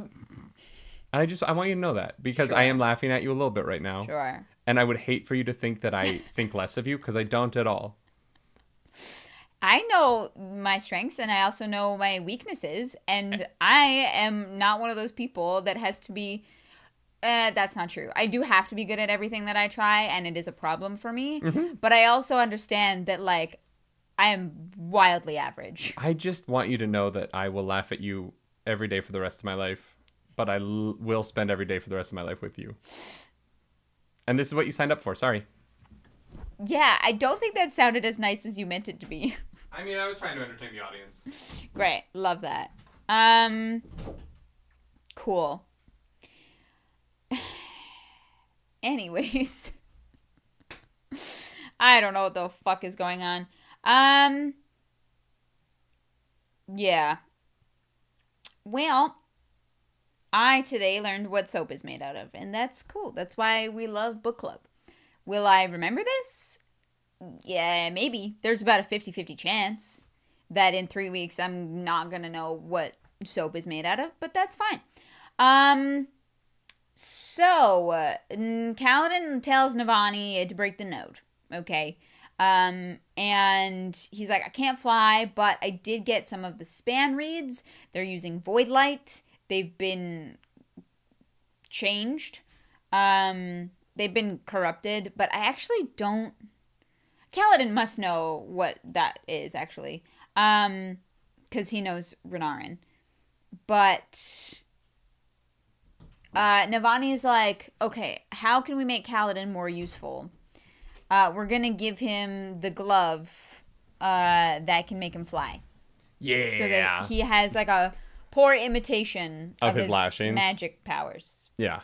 Yeah. Yeah. Yeah.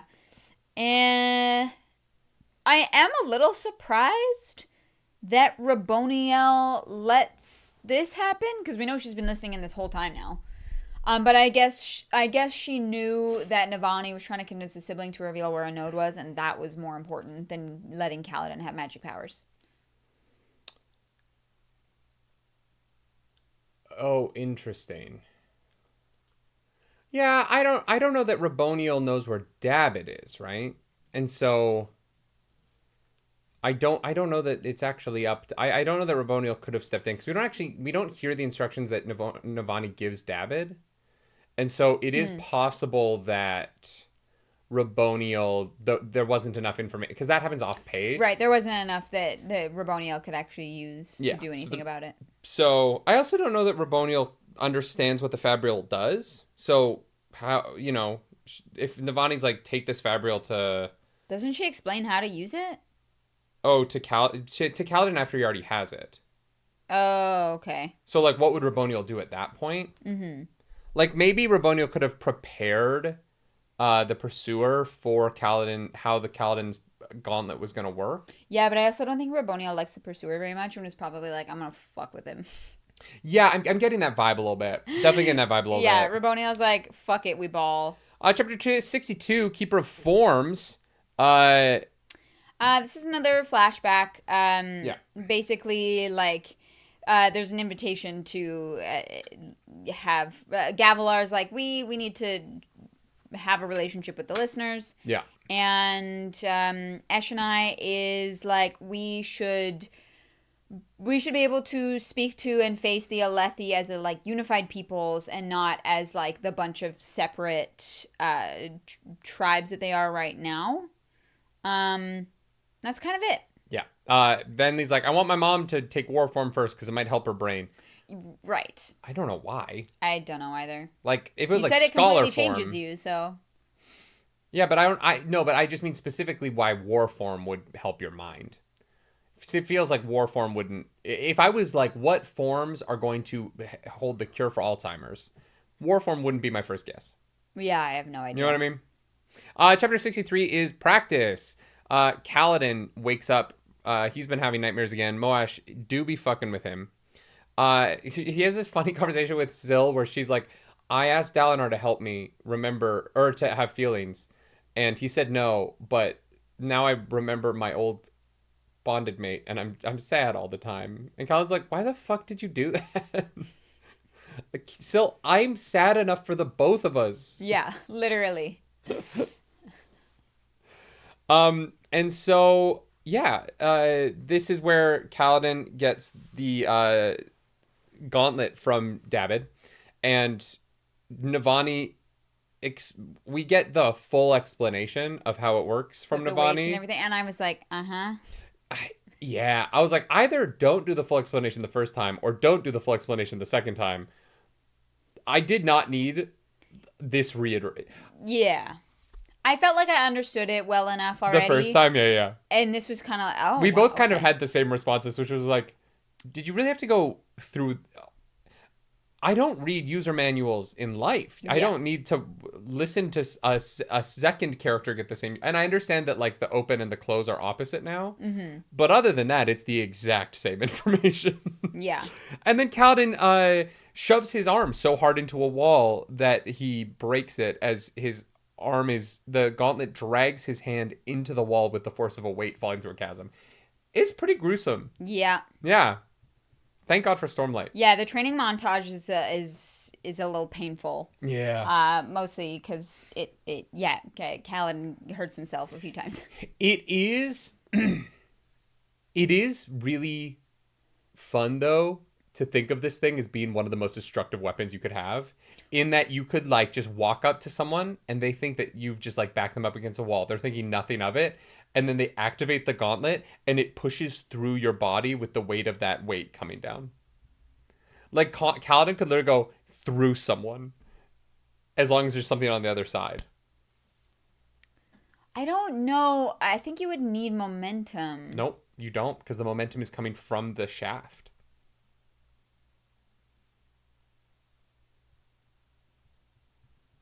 Why would you need momentum? It's the weight of that weight against your chest cavity. Is that weight enough to just punch through a person, though, if you set it on them? If it is enough to lift Kaladin off of the ground and have him fly up, yes, it is. Oh, if it's okay. enough, if it is enough, that sounds like math, so I'll trust you. If it is enough weight that when his hand is against the wall, his bones splinter, it is enough weight that if his hand is against a chest, his hand would go through that chest. Because you've got, like, the thing about the arm is that the arm is, if your arm is in a straight line, the more weight is going to be against the, like, ribs, which will concave in, than against the arm. It's, you know what I mean? Like, your arm in a straight line is going to be just a stronger, like, force than that rib cage would be. It'd be a devastating way to kill someone, but you could do it pretty easily. All right. Yeah. Damn. Yeah. I mean, it might not against Carapace. Like, I don't actually know how strong, like, Singer Carapace is. Oh, fair. So, like, the math of that might not math out. You know what I mean? But again, like, if I put my hand to your chest and I activated it, your chest would give before my hand would. Yeah. Yeah. Yeah. But your hand would also be hurt. Like, you could only use it as a viable weapon if it was wielded by someone who can heal with Stormlight. Like Khaled. Yeah. The person 100%. who has it. I just mean, like, oh, if I did it, I would be fucked. For a normal person, there are definite benefits to being able to use Stormlight. Nerdy momentum is coming from the shaft nightly. Jesus Christ. Wait, that's the shirt I want. The momentum is coming from the shaft. Jesus. And the shaft just looks vaguely penile with, like, a cave at the bottom that looks like balls. A cave? Jesus. Yeah, at the bottom of Urithiru, there's, like, caves. Chapter 64. Yasna goes to war. Yeah. It's pretty dark. It's pretty bleak. Is it? I didn't think it was that dark. I mean, yeah, she's like seeing before her eyes the consequences of her orders. I think that is very sobering for anybody. Or it should be. Sobering, yes. I didn't feel like it was dark because it didn't feel gratuitous to me. But I don't think dark is gratuitous. Like,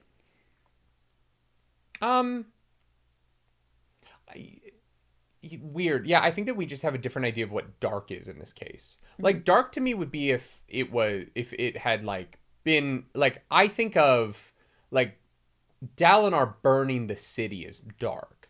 Also true, yeah. This was more like just I hate to say typical war, but kind of typical. You know what I mean? This was more like, I don't think war is ever light.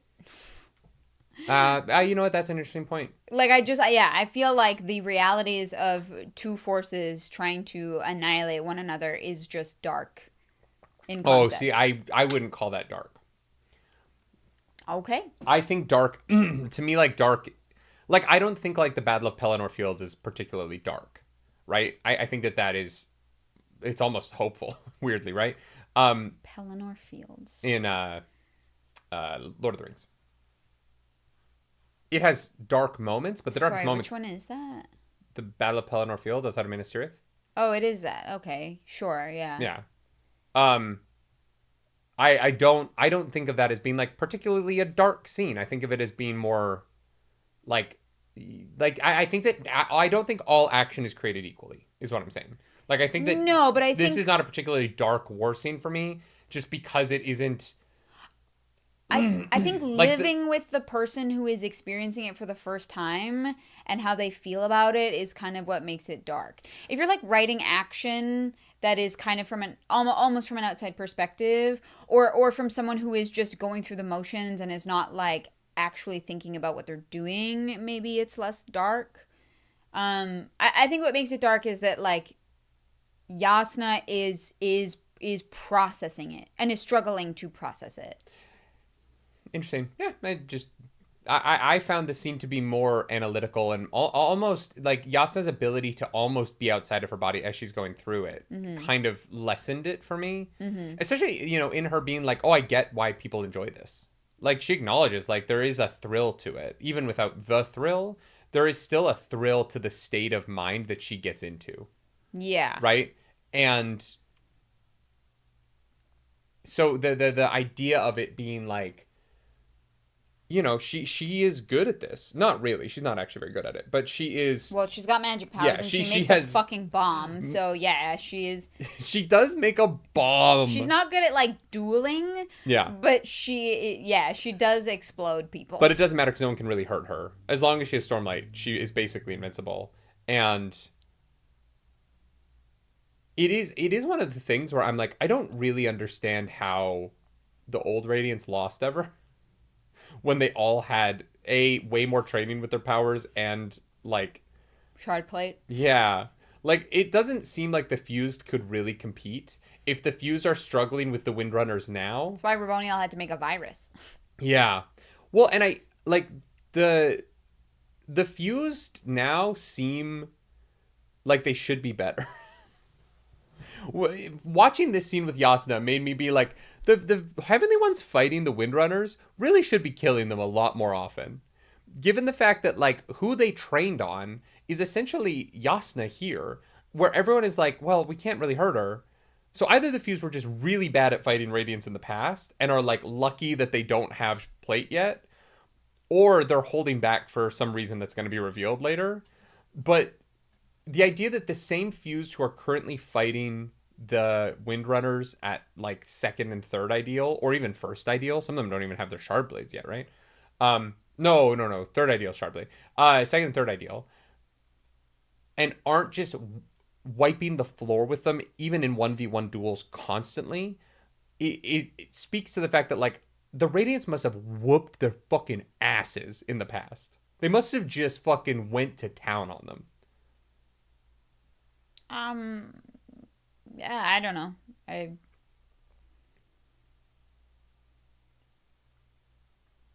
have no idea. To me, shard plate is just such an advantage. It's such a massive advantage. The ability to but most people, like, or not most, sorry. A lot of Radiants never get past third ideal. Like, apparently that's, like, pretty normal. Oh, I see what you're saying. Yeah, because they're, well... I have no idea how many of them would have had shard plate. Yeah, that is actually an interesting point. I'm assuming that there were just hundreds of them because the tower is so big and has so much room for Radiance. Maybe there was. I genuinely don't know. Kaladin, like, says, like, yeah, some people, or a lot of people never make it past their third ideal. Like, that seems like... Well, but that's presently, right? We don't actually know how common... No, how would he know that? No one has made it to the fourth ideal yet. So, like, how would he know that? That has to be from some historical text or from a spren, or, like, that has to be information that was given to them somehow. Yeah. So, yeah, I don't know. I don't know. That is actually a really interesting point. Yeah, I just don't know how much shard plate was really running around a battlefield. Yeah. Especially because there doesn't seem to be that much shard plate left, and I don't know where it would have gone. Well, but the shard plate, I don't understand what the shard plate is that is not, like, sprint, like, that is not, like, radiant idea. I have no idea what that is. I have big questions about where it comes from and why it's so strong and, like... Yeah, like, I understand you need Stormlight to power it, but if the blade is literally a dead spren, then what? Then shard plate has to be anything. Yeah. It has to be something. I don't think it is, which is a little unsatisfying to me. So I hope it is. I hope I'm wrong. Unless maybe shard plate is leftover fabrials, and shard plate is similarly just, like, something convinced to be shard plate. But you say your oath strong enough that, like, your spren's friend becomes your shard plate. Your spren's friend. Yeah, like Sill's, like, you know, buddy from high school is gonna be Cal's shard plate. Yeah, 100%. Do you think Cal gets shard plate? Kaladin, yeah. I mean, he's basically our main character. I think that he gets to fourth ideal. He's so close. I wouldn't be surprised if Teft does first. Oh, interesting. Okay. I think that, like, I don't know that Kaladin will be the first one to do it. Or he'll do it this Well, book. he's not the first one to do it. Yasna did it. Sorry, I meant of the Windrunners. Oh, okay. Yeah. No, I think either Kaladin gets it in this book, or like he gets it after Teft does. Mm-hmm. And Teft is the first one to go to 4th. The shard plate is also so much more useful for some orders versus others. Why? Like for like Shallan's order, like what the fuck is Shallan gonna do in shard plate? I mean, being able to summon a basically invincible shield at any moment is pretty incredible, right? Yeah, but like shard for plate, offensive... if you have to put it on and off, no. But like for Shallan, like if her spy mission goes poorly and she needs to get out, being able to just armor up and then run through a wall is pretty fucking useful. Yeah, sorry. I mean in like a full blown like war scenario. I mean, being able to just walk into a battlefield. Look what Yasna does with the soul casting, right? Shallan can do that. You can just be a bomb, and she doesn't get hurt by the explosion. Yeah, I guess. That is the craziest part of this chapter. Is Yasna's literally just like, she gets mad and she just like explodes. She just blows everybody up. There's a point where Superman gets that ability in the comics, where he can like unleash all of the radiation in his body and become a bomb. Oh.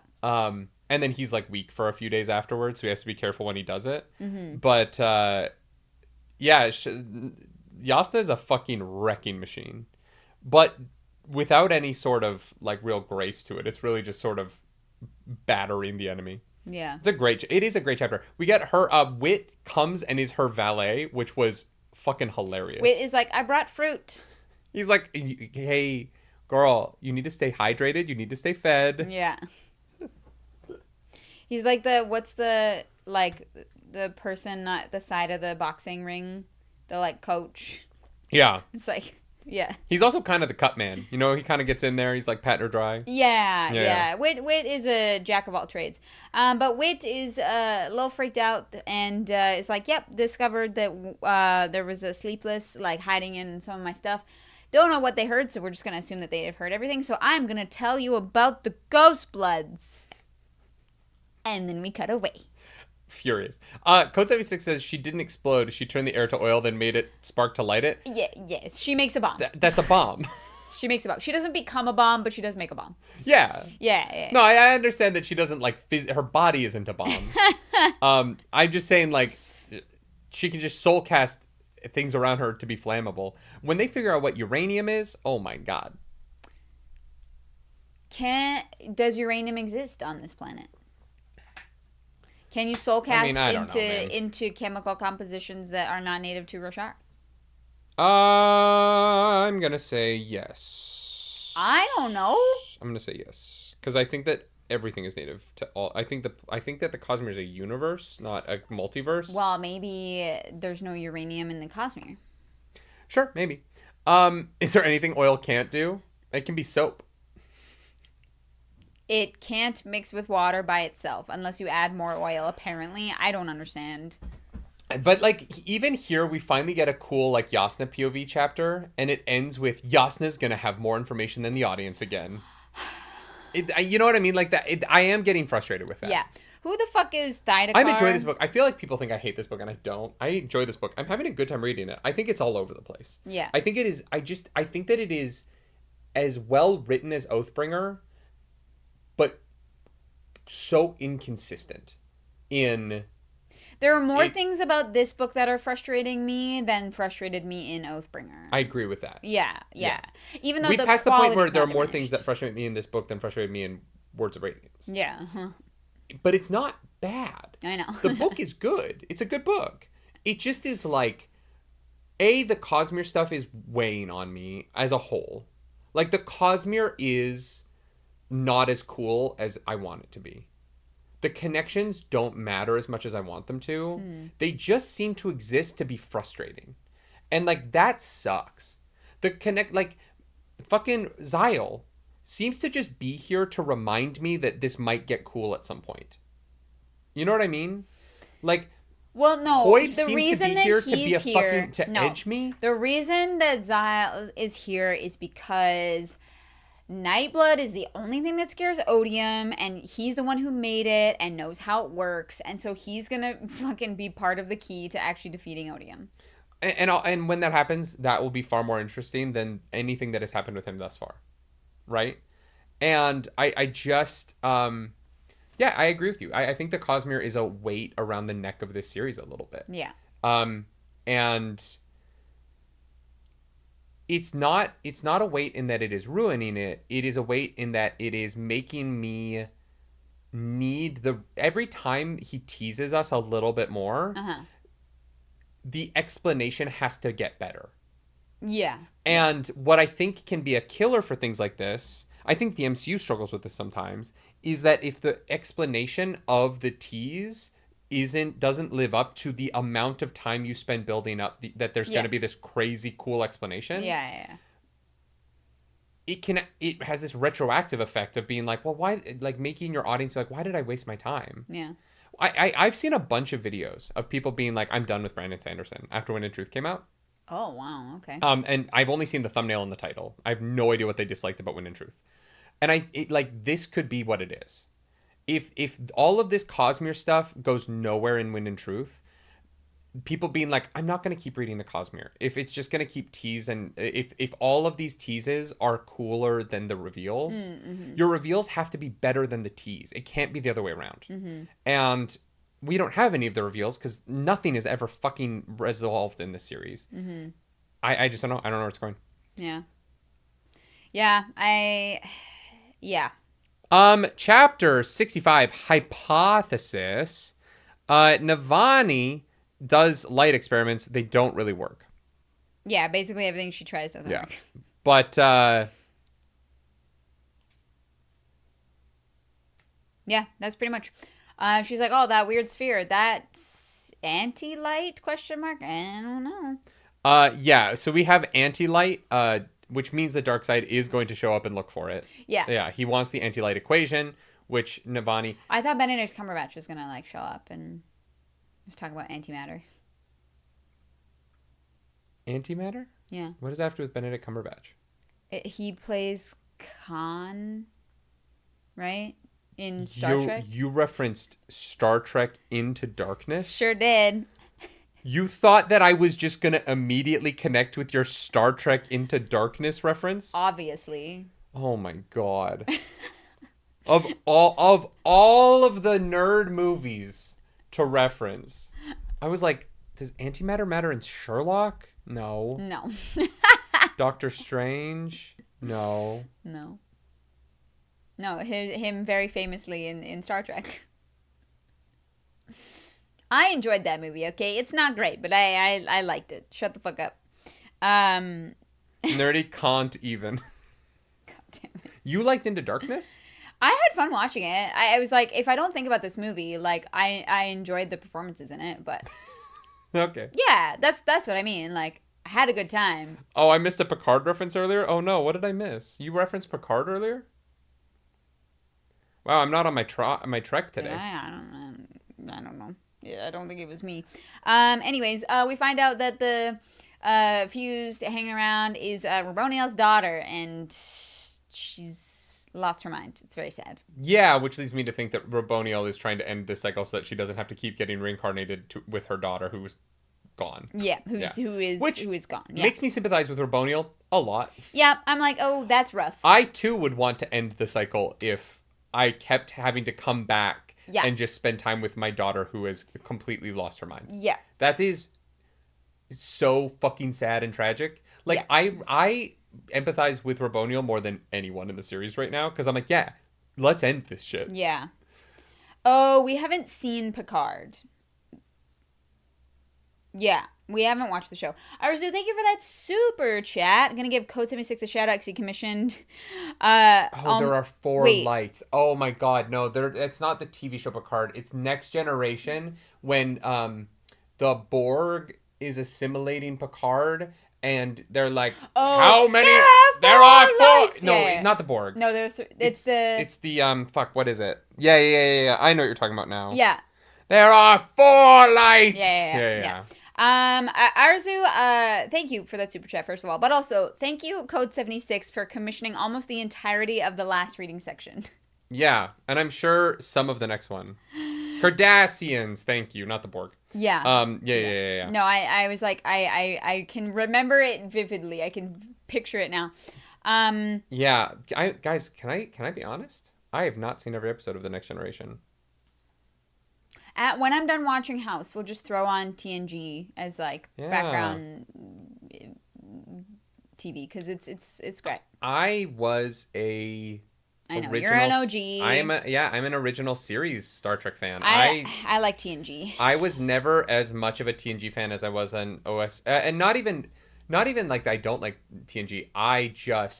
My dad watched original. Yeah. And so like that was what I watched. My dad, I don't think my dad ever watched Picard. You haven't seen Deep Space Nine, right? I think I've seen like clips on TikTok. Yeah. A part of me is like, anyways, I don't know how much Picard I've actually. I don't know how many full Picard? episodes of TNG I've actually seen. We gotta, guys, chat. We're gonna work on it. Like here's the thing. We're gonna work on would it. that be something people would enjoy a reaction series to? Bruh. I think so. Because I'm not joking. Like I think I've maybe. I'm gonna out myself really bad here. I think I've maybe seen 10 episodes. Like full, like from beginning to end. I've seen moments of TNG. So you know who on Q is, right? Not off the top of my head, I don't know who Q is. Guys, he has not seen TNG. I don't know who Q is. I've seen all of the original. Okay. I like Star Trek a lot. I think it's very cool. Yeah. There's a lot of episodes. I understand. I'm not gonna lie. I love the original series. I love the movies that I've seen. I haven't even seen all the movies. Half of them are good and half of them are bad. Every other one is good. Yeah. Okay, this is gonna be bad. I've never seen The Wrath of Khan. Like the movie Wrath of Khan. Oh. The second one? I've never seen it. I've only seen Into Darkness. And I didn't like it that much, and so I was like, well, I don't need to see Wrath of Khan if this is just the same movie again. Yeah, I like Star Trek. I just am not like a big Star Trek. I don't like sit down and watch Star Trek. I watch Buffy. So yeah, weird. There's a lot of Star Trek I've never seen. I've never seen Enterprise. I've never seen Deep Space Nine. I've seen like the first 10 episodes of Discovery. So you don't know who Porthos is? I don't know who Porthos is. No. I mean, I love the restaurant in LA. Sorry, Porthos. Yeah. Wow. I think I've seen the Star Trek motion picture. I think I've seen the first one. And it's not good. Like I remember not liking it. I don't think I finished it. I think I turned it off.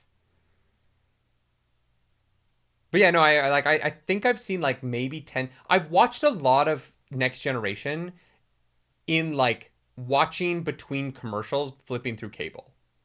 Like that's my knowledge of Next Generation is watching like the 10 minutes between commercials when I would like turn it on and be like, oh, this is interesting. You know, Jean-Luc Picard is a great character, obviously.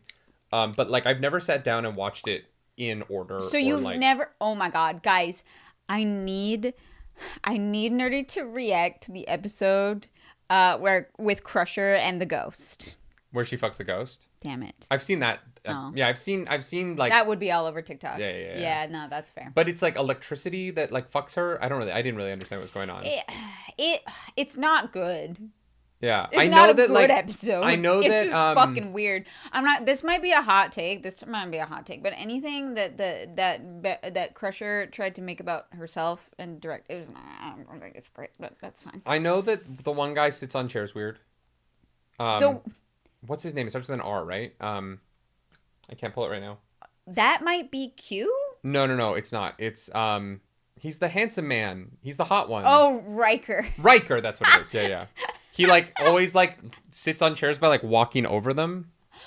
Well, okay, but I need you to understand. This is the only thing I know about Riker. Like, if you asked me to name a second thing about Riker, I couldn't do it. The only thing I know about him as a character is that he steps onto chairs weird. Oh my God. Yeah. Wow. If you're like nerdy, you never reference Star Trek Next Generation and things. It's because I've seen like I know some of the references. Like I know what the Four Lights thing is. Like I know what the Borg Queen is as a concept. I've never seen the episodes with the Borg Queen. You honestly, you need to watch TNG just for Michael Kioski says Star Trek Commission Fund. Yes, for $100 per episode, I will watch. I don't know. We We need to renovate our house. We do need to renovate our house. No, we honestly, Star Trek is one that might do numbers. We might test an episode here or there and see what it does. But Michael, thank you for that. That came from a spinal issue from the actor, I recall. That's interesting. No way. I actually did not know that. I need you to watch it for Troy's mother. Troy is Riker's girlfriend. On and off. Right? Deanna Troy. I know a second thing about Riker. She's not a psychic, but she's. What? I guess you would what call do you her mean she's a psychic? empath? Is that what the word is? Yeah, so Gene Roddenberry's wife played her mother, and she's incredible. What do you mean she's a psychic, though? Empath is the right word. Sorry. She's not psychic. But this is why when Picard was coming out, I was like, I don't know these characters all that well. Like, I'm glad that we didn't start reacting to that, because I would have been like, wait, you don't know any of these. Well, guys, we're going to watch Star Trek. We have to get back to the book, but sorry, this totally derailed book. I did not know that, like, you hadn't, that your education was flawed. I've seen it. Like, I've watched bits of it on cable. I've just never sat down and I think beginning to end of an episode, I think I've maybe seen 10 full episodes. I've seen a bunch of moments. Like, watching the show, I'm sure I would be like, oh, I've seen this scene. Yeah. You know what I mean? But I honestly. So you haven't seen Voyager either? No. I've seen the original series. I've seen I've seen the movie, the first movie, and then I think I've seen the fourth movie. And then I've seen the 3 new movies. Okay, if anyone wants to commission, we can definitely do a Star Trek reaction. I've seen Star Trek Into New Worlds, Strange New Worlds. We saw the first 2 episodes. I've seen 2 episodes of that. I've seen 9 episodes of Discovery. Yeah. Yeah, I don't love Discovery, but yeah. Thank you, Arzu, for that. Arzu, thank you for the interrupt. We have no time. I'm sorry. Yeah, no. I am realizing how little Star Trek I've actually seen now, talking about it. So am I. We're gonna I'm gonna so work on sorry. this. I'm so sorry. We're gonna work on this. All right. We're gonna Chapter 66. But we have 45 minutes to get through half of the chapters. Yes. So Bearer of Agonies. Dalinar is experimenting with his bondsmith powers. He goes and he talks to Teravangian. The conversation is really, really, really good.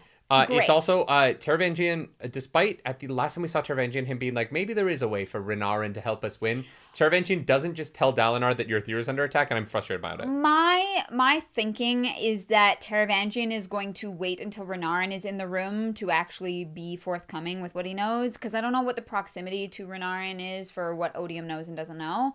So I think that Dalinar is going to show up with Renarin one day, and that Teravangian will be able to say more, but I definitely thought Teravangian is still holding stuff back for reasons that I'm not sure I completely understand. Yeah.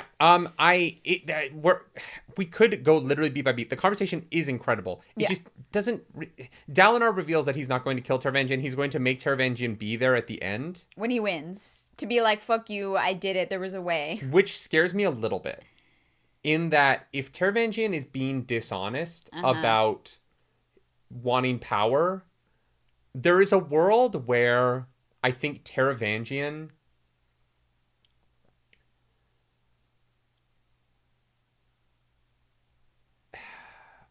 there's a world where I think, like, if Teravangian were to become Odium, that would be very bad. Like if he took the shard?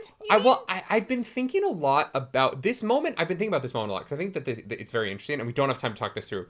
But if they beat... I was trying to think of how Stormlight 6 through 10 exists. Right? Okay. What... Because they have to beat Odium at the end of Wind and Truth. Right? And I'm sure that Wind and Truth ends with the Contest of Champions. And... Because it seems like the only path forward that they've really come up with is Contest of Champions, right? So they beat Odium, but then what happens to the Shard? And because, it would be the reverse Sazed, where Sazed was the right guy to become Honor, or become... the gods. Ruin and preservation, yeah. Teravangian, weirdly, Dalinar saying, I'm gonna make sure you're there. You're like, red flag, red flag. If Wind and Truth ends with Teravangian there, and he has an opportunity, I think he'd take it. You know what I mean? Yeah, maybe. Assuming that Odium's defeat means that the shard becomes open. But there was the one epigraph where was it Sazed was talking about how Hoyd is more scared of The shard than the person. Yes. Yeah, because whoever he's the more scared human... of the person than the shard, but he shouldn't be because the shard overtakes you more and more over time. Yeah. I could see a world where the end of Wind and Truth is that they're like, we beat Odium and everyone's celebrating, and then it's like post-credit scene. Taravangian is Odium now, and that's what the like sequel series is. Is like, what do you do with a person who has passion as their like motivating factor? But they have this like idealism about saving people that I don't think Odium's gonna get defeated by the end of the next book, but I just think we're too far away from that. I don't understand. I don't really know how there can be a satisfying end of book 5 then. Well, people didn't love book 5, so maybe there isn't. That's true, because that might be what because we have not read the reviews. We don't know why people don't like Wind and Truth, but if they're... It's just hard to not see thumbnails when you're like scrolling past, and it's like, I didn't like it. There's something interesting about the idea that the problem is that it's like just kind of not an ending, and we have to wait 10 years for the series to continue. Because if people's reviews are like, it's a cliffhanger with a promised 10-year wait, I could understand why people would be upset about that. For sure. Yeah. But yeah, I don't know. Chapter 67. Venli gets to practice with her radiant powers. Yeah. Yeah, she can meld the stone, which is what Dalinar can do, and what she is the pure version of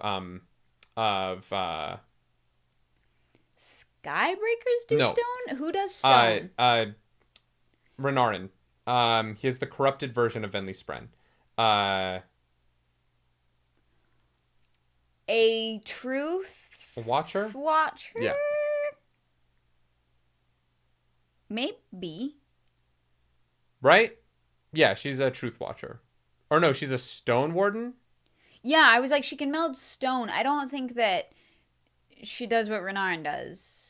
Yeah, Renarin is truth watcher. Venli is a will shaper? Oh, okay, never mind. Sure. Stoneward is Venli. You guys need to agree on what she is. Some of you are saying will shaper, and some of you are saying Stoneward. Well, the problem with chat's arguing about what she is. She's a will shaper.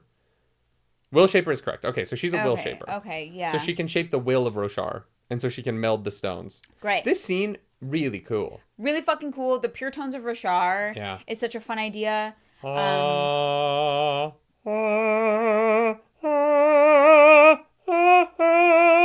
Okay. I was like, is that where we're going? Yeah. Bum, bum. It's like I can make two notes at the same time using overtones. Like so if you could make 3, you could just do all 3 of the pure tones of Roshar. Yeah, which is basically what Venli's doing. Damn. She's just humming and whistling at the same time. Yeah. I'm jealous. I thought this was very cool. I love that the other Spren show up. And they're like, we want to bond people too. And she's like, no, not yet. Right. She's like, look, I hear you. You're gonna have to chill out. You're gonna have to chill out a minute, okay? Hold the. We will do that later, but I'm so sorry. Yeah. She's like, we are surrounded by people who would definitely take notice if a bunch of singers suddenly became Radiants. Yeah, exactly. Yeah. What chord do Odium, Honor, and Cultivation make? I vote for A minor, not the Kendrick joke. It's definitely minor. With because I think that Honor and Cultivation are a perfect 5th, and Odium is a minor 3rd, which is how you create a minor chord. The 1 and the 5 are so you basically have like, if you think about it in like solfege, like do re mi fa so do so, and then do re mi mi. Except it's mi ma. Right? I was sure. Yeah, but the minor 3rd would be Odium. I think that's how it would work. It could be any minor chord. I don't know that it really matters, but Yeah. it would definitely be a minor chord. I don't think that odium would be within like a traditional scale, within a major It's the scale. first chord of Phantom of the Opera. Ba, ba, ba, ba, ba, ba. Yeah. Ba, ba, ba, ba, ba. Gotta be a tritone in there? Oh, we're getting crazy, Daniel Clausen. We're getting fucking crazy up in here. It's F sharp. F sharp is a note. No, I know. No, it's a key. Well, there's a few F sharp keys, but I know. If you haven't seen Tim Minchin sing F sharp and perform it live, it is horrendous. And it is incredible. It's incredible. And the fact that he can do that blows my mind. It's not easy. No. It's not, like, honestly, like, being out of key, being off pitch is easy, but being out of key oh my is really god. hard. And solidly and consistently and not getting dragged by the other tones is like oh my god, it's bonkers. Jim, thank you for the super chat. I love the musical aspects of this book, but reminder, no time. No We're time. moving on. Chat, we're moving on. Because we got no time. 8 years ago, Esh and I, her mom becomes a war form, and then Esh and I goes to get the shard plate, and she's like, we're going to use the shard plate to scare people into becoming one family. Yeah. Two Also, worlds, one family. I just want to say, I might not know what soap is, but I do know music theory. So yeah, no, and again, I have, there's some wins that I get. I love your strengths and your weaknesses. I cherish your strengths with every fiber of my being, and I laugh incessantly at you not knowing what soap is because I think it's hilarious. Yeah. But see, it does not balance. change the fact that I think you are wonderful just the way you are. So I shouldn't learn what soap is. Don't go changing To try and please me. I never want to let me down before. let me down before. There you go. I was like, you've never gone that far. I was like, what the fuck? We've never gone that far. Chapter 69, Pure Tones of Roshar. Navani does light shit. This is where Navani uses the information that we got 2 chapters ago that Venli gave to us to then try and move the light around and separate it. Navani was listening to the sibling listen to the Venli chapter in the audiobook. Yeah. Yeah. Yeah.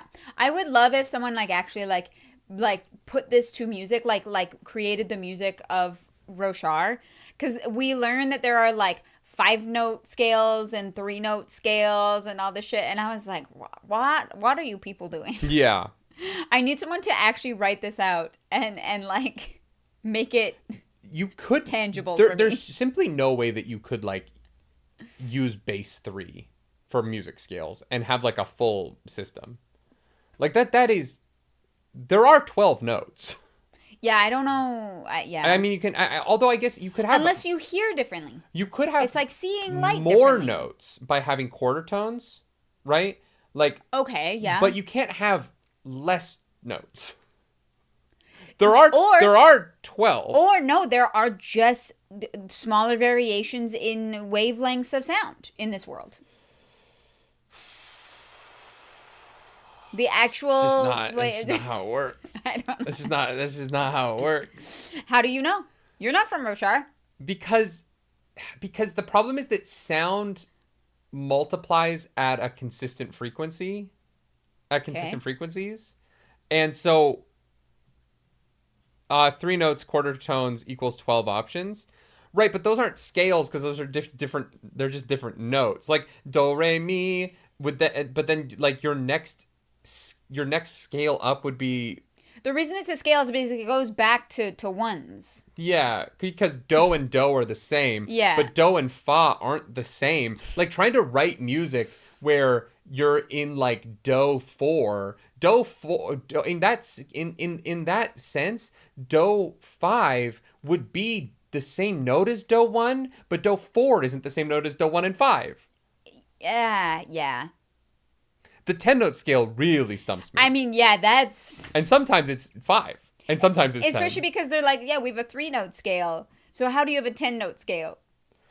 Girl, when I was like, you sing me the 5-note scale. Please. Brandon. Please.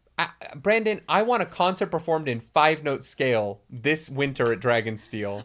Honestly, Also, yeah. please give us a panel so that we can come. The ball should only play music. I know that I call you a coward online a lot as a joke, but please, Brandon Sanderson, give us a panel. We want to come to your party. Yeah, we want to come. Yeah. So anyway, yeah. So we learn music ideas that would truly destroy my brain. Yeah. We can't get too into it, honestly. The pentatonic scale is a real thing, though.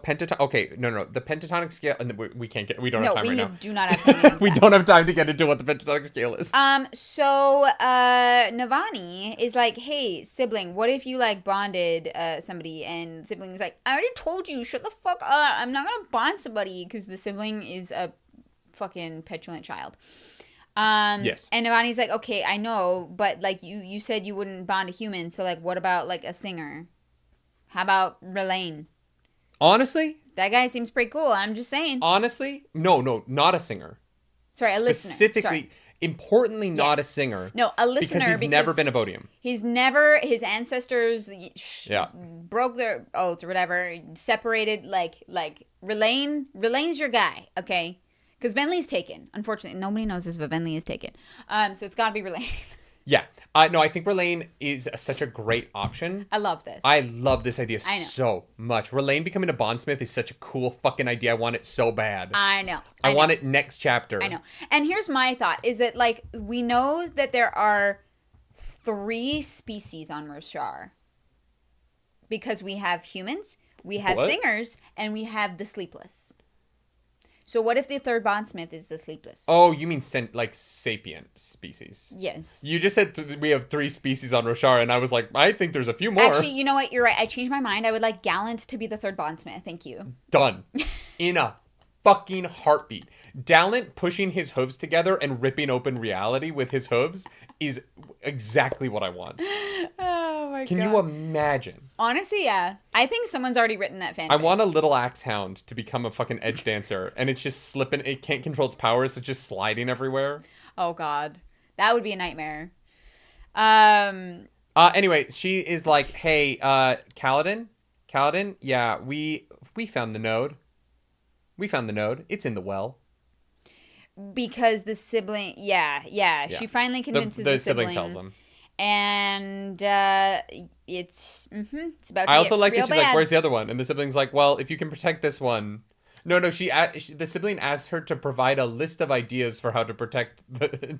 Well, and she so does, she's sitting there and she's like, my first idea. This is my first idea. And she gets like through 3 ideas and she's like, I hope the sibling accepts those because the rest of my ideas are not good. They kind of suck. And even Navani's like, not all I came are up with some winners. stinkers. Yeah. I do love that she can admit that. Well, she has nothing. She has no power. Like, there's no way for her to actually accomplish anything. Yeah. The problem is the well has been found. Yeah.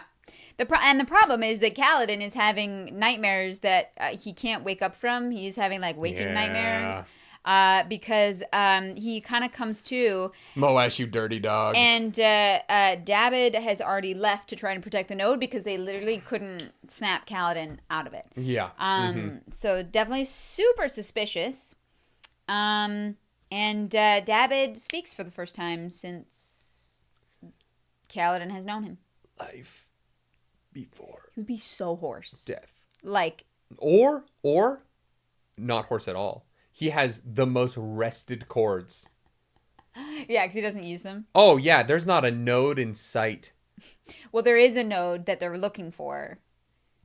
Anyway, so yeah, David takes the Fabrial and he takes the spear and he runs off. Syl manages to get Kaladin up and is like, hey, buddy, you gotta go. David is not gonna fight the Pursuer on his own. Yeah, good fucking luck. And so, Kaladin takes the spear, accepts the oath, gives a good old Bridge Force salute and takes off. Yeah.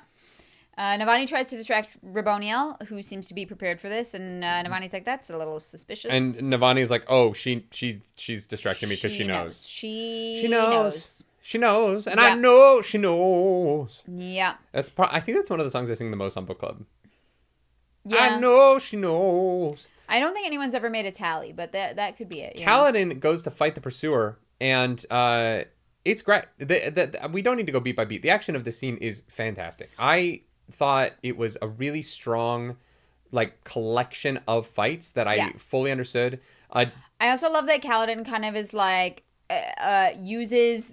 He challenges Leshwi to stall having to fight the pursuer. Yeah. And Leshwi's like, what is this bullshit? What is it? What are you doing? Why are you fucking around? Why are you not actually fighting me? And Kaladin's like, funny story. I can't. Goodbye. Yeah. I also love that so Leshwi. So he starts fighting Leshwi in the air, and she realizes how his gauntlet works. And she's like, this is bullshit. This isn't a real fight. And he's like, well, what if we fight on the ground, no lashings? And she's like, okay, what if we do? And she goes and lands on the ground. And he's like, I just want to be clear. I just said, what if? Yeah. I didn't agree to anything. I don't want you to feel like I'm breaking an oath here. And then he takes off over her and flies to the well. Yeah. And he's like, I just need you to know. I need you to know I didn't agree to anything. Yeah, I'm still super honorable. You know, Sill's not going to die today. Kaladin has little brother energy for the first time with Leshwi. You know what I mean? Like, Kaladin kind of little brothers Leshwi a lot. I know you are, but what am I? I didn't actually agree to it, Mom. Yeah. I just, like, proposed a what if. Yeah. I just said something and he assumed I meant it. Yeah. It's not my fault. Kaladin goes into the well to protect the note, and Raboniel's down there doing Melikanam. And I genuinely, because we reacted to this, right? Yeah, we did. And I was like, how the fuck is he going to get enough momentum to break the stone? But he does what I said about your chest. He puts the fabrial in, and the fabrial just goes crunch. Yeah, and it falls to the bottom of the well. Kaladin tries to get out. Sill gets out. Kaladin. Kaleshwi. That's a ship I could get on board with. If I they got together, I'd be into that. I dig it. I feel like Kaladin would do good to not date a human. Humans have let him down a lot. Yeah, so how do we feel about the age gap? I mean, their bodies are probably the same age. I think that's what makes it not okay. Is that their people minds... are mad at me for thinking that Junie and fucking Ginu and Rumi, that's why are the age gap there is too much. I know. Which was a silly comment. It wasn't. The book talk girlies are gonna be mad at you. I know. Meh. I'm just saying the age gap could be problematic. You know, Leshwi's lived for hundreds or thousands of years at this point. Yeah, but they would be a good match. They would be a good match. And Kaladin has lived a lot of life. And Kaladin is basically 5,000 with the amount of like trauma he carries. With their joint control of flying, their sex could be the craziest shit ever. Yeah, it'd be pretty cool. Yeah. Can you imagine the positions they could get into? Just fucking lashing each other in the air. Doesn't that mean though lash that up, lash down, lash up, lash down, lash up, lash down, lash up, lash down. Leshwi would have to take mate form though, because otherwise she's like not horny. I don't think you have to be in mate form. I just think that mate form enhances it. It's like doing poppers. It just makes it easier. You don't need poppers to do anal. I don't think so. Actually, yeah. I don't. You don't need poppers to do anal, but it is easier. Okay. That's just a fact of life. Is it? Yeah. You've tested that? Yeah, bitch, I'm gay. All right. I have never done poppers, so I cannot confirm or deny. Yeah. I don't know what you want me to say. Is anyone surprised? No. Yeah, it makes it a little looser. There you go, chat. Medical advice from book club. That's not medical advice. That's drug advice. Yeah, drugs are medicine. Although I don't think poppers are illegal, so I don't know. I have no idea. I have no idea either. I've never checked. I've never bought them. Because I've never done them. Yeah. Anyway. Guys. Kaladin gets locked in the well. They put a pot lid over top.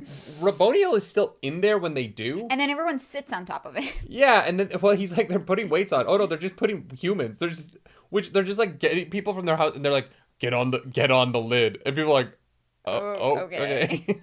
Sure, whatever you say. And then he swims down. He has a panic attack. He has a panic attack. And then he's like, wait a minute. Water's got to go somewhere. I'm Kaladin motherfucking Stormblessed. We agree, though, that, like, if Kaladin... If the pursuer had just not put the lid on the well, he would have caught Kaladin, Probably, right? Yeah. Like, The only reason Kaladin gets away is No. because the pursuer thinks that the water is there magically? No. The pursuer is being a petty bitch. I think it's legitimately what you said about the parallels of like confining each other. yeah. I think that the pursuer was like, I'm gonna fuck him up. But that implies that the pursuer was planning for Kaladin to ruin Raboniel's plan, which I just don't think Raboniel would be okay with. I don't think Raboniel wants to wait around to control the tower. They don't like each other? That's fair.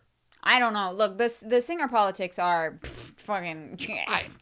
Realistically, if the pursuer wasn't being a petty bitch for no fucking reason, Kaladin would have gotten caught leaving the well. There's dozens of heavenly ones above him. Yeah, like dozens. This is it's his hubris that allows Kaladin to escape, 100%. I am worried about Syl because Kaladin has to swim very far away from her and she loses her sentience. Right, because she can't go through the lid. She's donezo. Hopefully Syl is still alive? Question mark. I have she'd be alive, no idea. and she always finds her way to Kaladin even when she's like mindless. Right? I hope so. Yeah. Anyways, Kaladin jumps out of the tower. Yeah, he leaps into the storm. Yeah. We get sick. The next chapter, 71. Where Dalinar takes a little ride on the storm. Yeah. Storm is like... Riders on the storm. Stormfather's like, yeah, I can show you around. And Dalinar's like... I can show you the world. Literally. Shining, shimmering, splendid. Tell me, Dally, when did you last ride on a high storm? Never. I showed this to Kaladin. When he was a slave. That is true, actually. Yeah, I forgot about that. Look at Roshar. We need to make this music video. And I'm the Storm Lord and you're Dalinar. But we just get like an industrial fan. And it's just like wind like blowing into your like face and your cheeks are flapping. Look, there's Emule. You're gonna win a war right there. Yeah. We're flying over to Car. They go for a magic carpet ride. And Dalinar sees Kaladin hanging on the tower and is like, that's not good. Why the fuck is Kaladin motherfucking Stormblessed out hanging out here like fucking Luke Skywalker in The Empire Strikes Back? No, he also tries to save... Before we get that, he does try to like get the Stormlord to save people. The Stormlord. The Stormfather, what's the Stormlord from? I don't know. Whatever. The Stormfather to like save people, and the Stormfather's like, I'm not a person, Dalinar. Do that. Yeah. I literally am a big storm. If I don't kill people, I'm not a storm. And he's like, you could do more. And the Stormfather's like, but I don't know how to do that. But I'm literally. But I'm a storm. We've been bonded for over a year. I am only a manifestation of what people believe that I am, and people believe that storms kill people, and therefore I have to kill people. Right, Kord is the Stormlord. Yeah, it's a god from D&D. Yeah. No, I this is just like so like a man to be in a relationship with someone for over a year and then start to try and change them. Yeah. I guess women do that too. Yeah, once there's a ring involved, it's like, okay, now I'm going to turn them into the person that I want them to be. No, Dalinar, I have to be a storm. Storms kind of wreck shit. It's their fault for being outside right now. It's humans' fault for imagining storms to be like this. Yeah, kind of. Anyway, Dalinar throws a gust of wind to catches, boop. Yeah, Kaladin falls and he just like boops him over the railing. And then Kaladin for the second time sees a giant face in a storm, but this time it's Dalinar. And Kaladin's like, what the fuck? They've attacked your Thiru. Come help us, please. Yep. Bye, Daddy. Navani is captured. Yeah. If that doesn't get you over here, I don't know what will. Yeah. So yeah, Dalinar wakes and is like, oh shit. And all of his people are like standing there like writing down everything he says. No, there's and, one woman writing down and then his guard has made a circle around him facing out. They're like super used to Dalinar doing like weird ass shit that they're like no one's faced. They're like, I took notes for you, everything you said. Well, can you imagine like Dalinar just sitting in a chair outside being like, you're not just a storm. You have the capacity to do more. Save them. I don't need your excuses, God.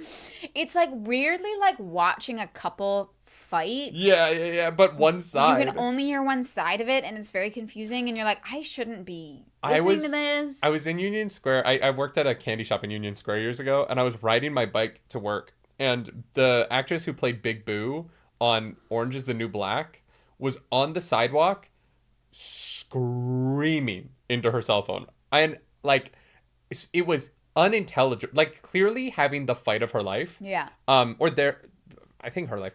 And it was, like, people were just, like, trying to pretend they weren't watching, but it's like a star of a Netflix TV, like one of the biggest TV shows in the world at the time, right? Orange is the New Black was huge. Yeah. Just screaming into her cell phone. And I couldn't make out heads or tails, and I had to get to work, but like I was like, it was like a surreal experience. Yeah, you're like, what's going on over there? And yeah, never thought, God, I haven't thought about that in years. But yeah, I was like, what? That's like a famous person who's really upset about something in public. Like, what a weird thing. You're like, I shouldn't be watching this. And so Dalinar's like, I need to learn how to use my powers. Wait a minute, there was a bondsmith before. I'm gonna go find that fucker and make him teach me. Let's go. Wait. What? I forgot to finish the reading. I don't think I read chapter 72. What? I'm just realizing now I forgot I didn't read the last chapter. All right, it is literally 2 pages. And nothing happens. I just was like, I was supposed to read one more thing. Wow. All right, wow. Spoil it. We talked about it only being 2 pages. I was like, oh, I'll get to it. And I never got to it. Well done. This is why people leave the Patreon.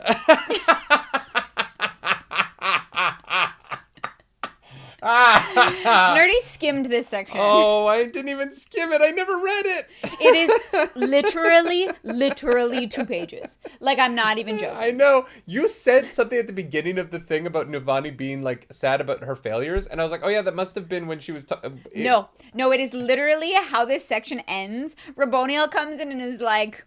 So you thought you were fucking smart, huh? And Navani's like, you were listening the whole time. Raboniel's like... Yup, and when I wasn't listening, someone else was. And Navani's like, cool. And that's literally it. Hey, you know what? Thank you for spoiling that. Yeah. Babe. No spoilers on book club. I will spoil it because it's in this section's reading. But literally, like, the last line of it is, like Navani sits down to, what's the word I'm looking for? Like... basically go over all the horrible ways she's failed. Like, it literally, like, it's so sad. Wild. It's fine. You can read the 2 pages when we're done here. And we'll talk about it next week in more detail. Mm-hmm. To then have to rush the second half of the reading again next week because we can't keep our schedule on the show. You know what, Ember Eyes? It is my fault. Nerdy can't read. I forgot to read it to him like a good foreign woman. So it's really my fault. Yeah. Again, like just to sum up the week, great stuff. Mm-hmm. Real all over the place. Yeah. There's a lot. There was a lot to love about it. There's a lot of ideas that are being brought up that are independently great. Yeah. I just wish that honestly, like, this was the first kind of time where the change in editors, I feel like this is where I'm starting to feel it, is just in, like, I really feel like an editor who could have helped the, like, direction of this might have been beneficial to this book in particular, because the ideas are genuinely great. Like, they are. There's no bad ideas in this. It just feels a little bit like a draft that just needed to be, like... I've worked on musicals where it's just not in the right order. Where, like, the ideas aren't hitting at the right time. And that's what this book feels like. Embry says, I think it's more that his editor needs more time to edit. And maybe that's what it is, right? Like, but I don't think that this book is thematically very interesting, right? Because I don't think it really, like, sits with any particular theme for very long. it's just trying to get to things constantly. And those things don't feel like they connect in like a big way. Mispronounced same thing about super chat. Next book club, Claris has hired a more competent co-host, and Nerdy sits in the corner and watches. I'm gonna get cucked on my own podcast. What? Mispronounced name. Super chat. Like next book club, Claris has hired a more competent co-host, and Nerdy sits in the corner and watches. As long as the co-host reads the book. Jared thank you for that super chat. Jared Poulter says Brandon writes too fast for his editor. That's an interesting idea. Like, is he just putting out too many words for one person to... He needs multiple editors. Yeah. Arzu says the theme of this book is journey before destination. This is the journey, and I love it. That's... Sure. Yeah. I mean, yeah. Is this a journey? Or is it just, like, disparate themes while people wait for Dalinar to become a good enough bondsmith to get to the Sanderlanche? That's the other problem. No, it's the journey. It's like the... Yeah. But you can say that about anything. Sure. Like, the problem with Journey Before Destination as a theme is that is every story ever. So it's all stories are about the story. Like, that's saying, like, my story is a story. I guess, yeah. There's very few stories that are about the destination. Realistically, right? Like, Lord of the Rings has a destination, but it is also the journey before the destination. Any story is journey before destination because you have to get to the destination. The thing about Journey Before Destination is what makes it interesting is, was the journey worth it? Mm-hmm. The problem with Journey Before Destination as an excuse in narrative storytelling is that the point of the journey is to set up a destination that makes the journey worthwhile, right? Is to slowly build up your audience's expectations so that the journey connects the themes of the story throughout the journey that they went through. So that all of the ideas that you've built up come together into a moral ending or a emotional ending, or like you're building towards something and that destination pays off the journey. But the two things work in concert. It isn't that the journey can be whatever it wants because the destination doesn't matter. That to me is not actually good storytelling, right? That those two things have to work in harmony with one another. Mm-hmm. And I don't know. There is a lot of literature that is like well received that like the end doesn't matter. Like what? I'm trying to think of something. Like, okay, I feel like Little Women is kind of like that. What? Yeah, Little Women is about the people going through their life, not where their life ends up at the end of the book. Or the movie, or whatever it is that you're watching. Like, it's not really, like, the point isn't the finale, it is the people who experienced life as they did. Right, but the finale of the book is still a culmination of who the women become over the course of the book. But it's not about, like, a thing that happens at the end. No, but when you get to the end of Little Women, the characters have become these fully three-dimensional people who make sense in their final interactions because you've seen how the journey has made them into those people. It pays off. Yeah, but there isn't, like, a destination, really. But the destination is who they become. And the lessons they've learned along the way and how it makes them who they are at the end of the novel. Yeah. There's no destination. There's no finale. There's no final event. There's no, like... Little Women has a great finale. It's I think, like, emotionally, but not, like... Yeah, an emotional ending is still an ending. In terms of, like, a story structure. Like, it's not... Oh, I think it's about... very much agree. I think Little Women has, like, near perfect story structure. I think that but it's about the people. It's not about the, like, events. All stories. I'm not saying the fight at the end has to be good. I actually care less about the fight at the end. I care less about Frodo dropping the ring in Mount Doom than I do his goodbye at the Grey than I do his goodbye. Yeah. And, like, but that's still the end of the story is still satisfying. You can't just say like, well, yeah, the ending wasn't very satisfying, but like it's about the journey. But I just don't think it's about the events. But who we become is the ending. Right? Like that does matter. Okay. You can't just say that doesn't matter.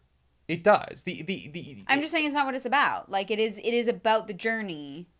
Right, but a journey with a bad destination is a bad book. There are a lot of things that have great performances, great acting, great writing, and the ending sucks, and they are critically panned, they are box office bombs, they are not sold well books, because what it leaves you with doesn't satisfy the book. Nothing kills a story faster than a bad ending. Or a convenient ending, or a Deus Ex Machina that ruins the journey. Yeah, but so again, far. that's like an event that like changes things. Whereas like some stories, I know, but the like, journey can be great to have... get to the Deus Ex Machina, but the Deus Ex Machina is so bad that the journey didn't matter because, Yeah. well, why did we do this? I feel like there are some stories that don't feel like they really have like endings. It's just like a part of the story that we see people, a part of the journey that we see people take. Sure, but the ending still has to live in concert with the rest of the story. It can't just be that you can do any.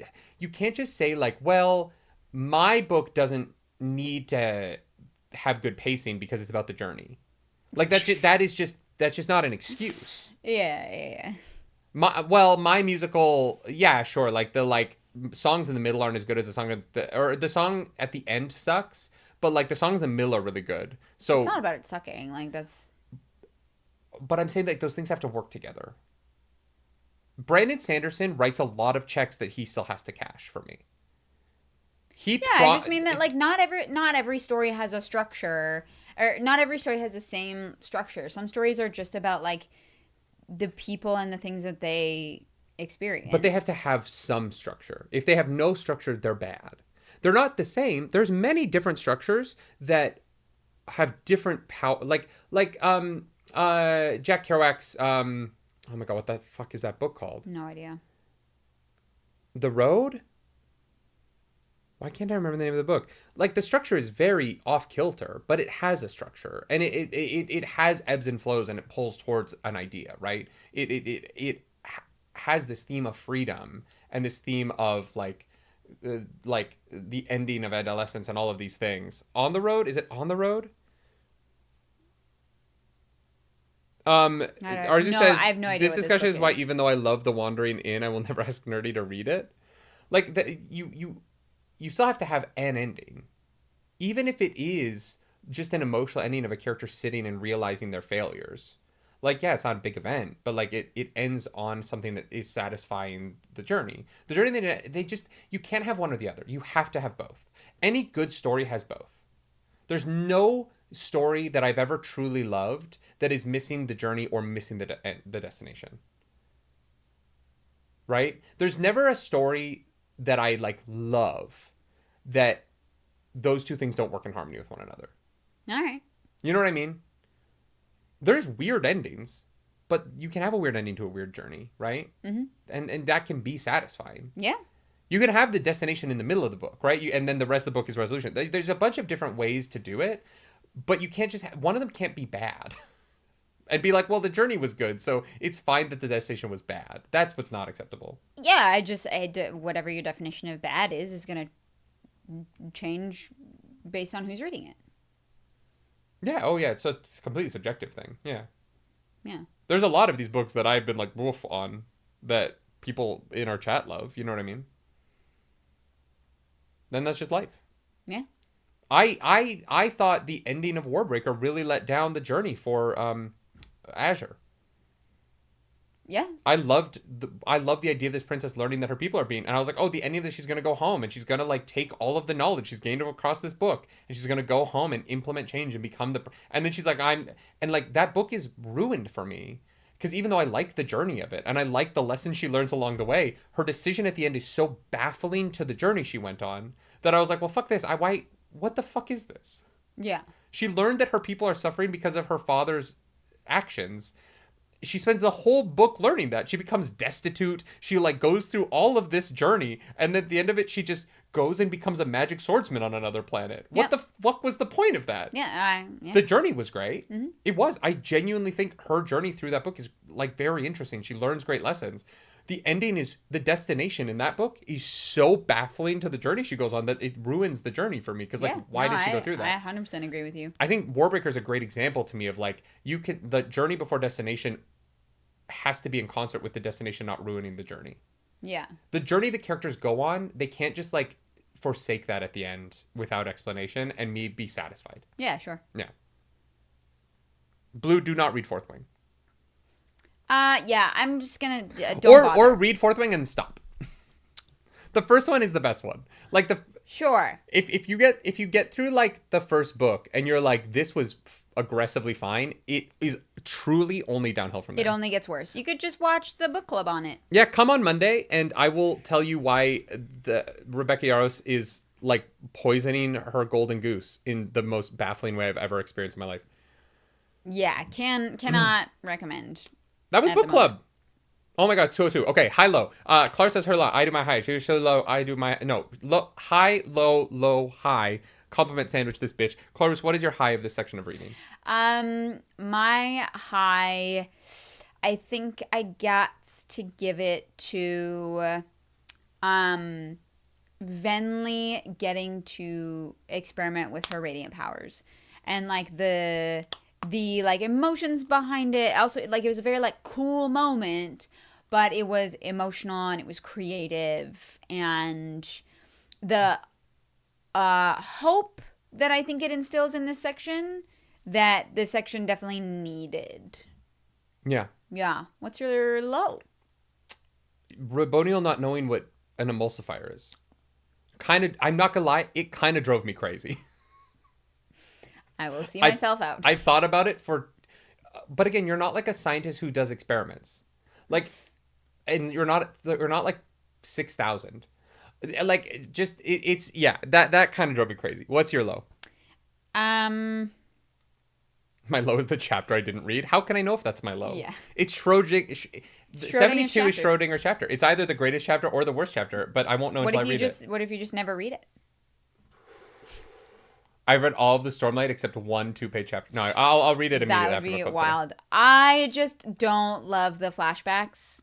Oh yeah, I completely forgot about them. I don't know. I don't really understand what they add, because to me it kind of feels like they're taking away. I honestly think this book would immediately be 15% better if you just didn't read them.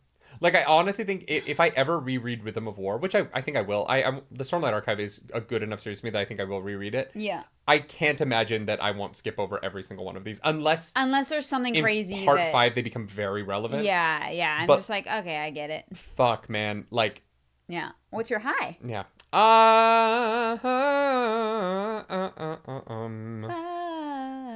That's tough this week. I'm not gonna lie. There isn't a like really shining moment that I was like, that's fucking incredible this week. There was some really good action. There's a lot of really good stuff, but nothing was like hugely exciting to me. Mm-hmm. The amount of relief I felt that Dalinar finally knew that Urithiru had problems.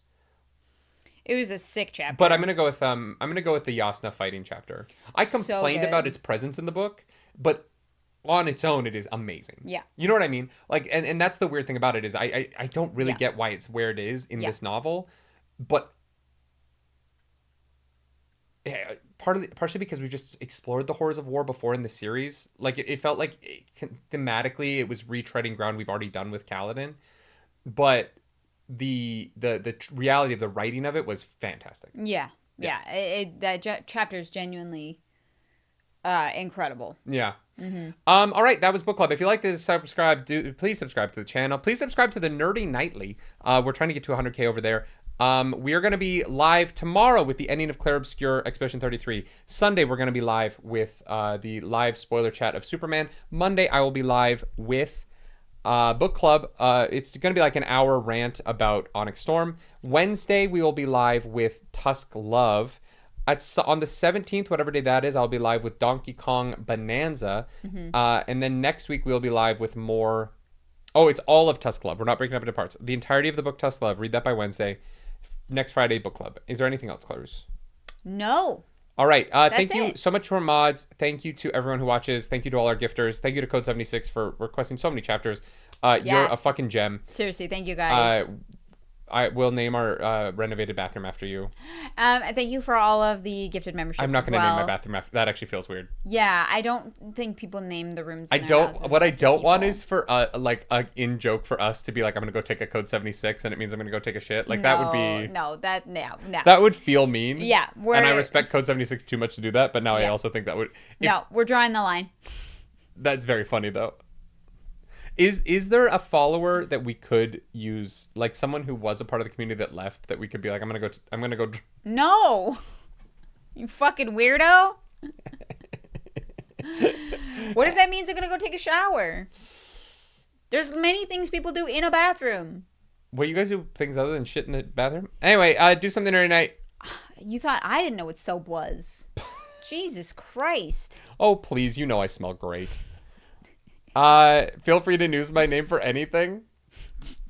I just Don't blew say myself. What does that mean? Have you never seen Arrested Development? Yeah. I'm afraid I just blew myself. When he tries auditioning for the Blue Man Group, he's blue. Oh, yeah. It's one of the most quoted comedy lines of all time. What do you mean? You've seen the show and you don't remember like the moment that no one forgets? I told you there's a 50-50 chance I don't remember what soap is after this episode. I'm convinced we're going to react to Star Trek The Next Generation. Be like, I don't remember any of this. No, that I do remember. All right, sex time. Smut corner. Clarus, can you imagine the position? Okay. It would depend on, like, Kaladin's penis when it's hard to not be, like, a full stand-up straight, but, like, a little bit more flexible. Like, okay. But, like, he is flying like this, right? And Leshwi is flying like this, and they are just lashing over and over into each other in the air. You'd have to be really good at aiming. Because if you miss, Kaladin is going to break his dick. I mean, but Stormlight. Yeah, it doesn't mean it's not going to hurt. And look, if you're like into pain, if you like pain in the bedroom, like maybe that's like part of it all and like good for you. But like, ow. Yeah, I just think that you can try some real weird shit because Stormlight would exist. Like the spankings that you could give because she would just use Void Light to heal. Yeah, but like being spanked and like it hurting are different things. No, but you could go like you could go crazy hard with like. Nerdy is assuming everyone's a masochist. Yeah. Yeah. Yeah. Like you. Not really. I know. Like if it's book club, we got to be honest. No, I know. It was a joke. I also think that Raboniel and the Pursuer hate fuck each other every night. I don't think they like each other, but I think they fuck constantly. Here's where like the like Mormon slips out of Brandon Sanderson is that like I don't think any of the singers are fucking. You're a little too hung up on the mate form thing, in my opinion. No, I think that is what the book tells us. No, that's when they like go to fuck more to like get pregnant. Oh. Yeah. Oh yeah. It's so they're all fucking, it's but them they going into heat, but you can fuck when you're not in heat. Sure. Yeah. Do something or night. Bye everybody. Bye. Thank you, mods.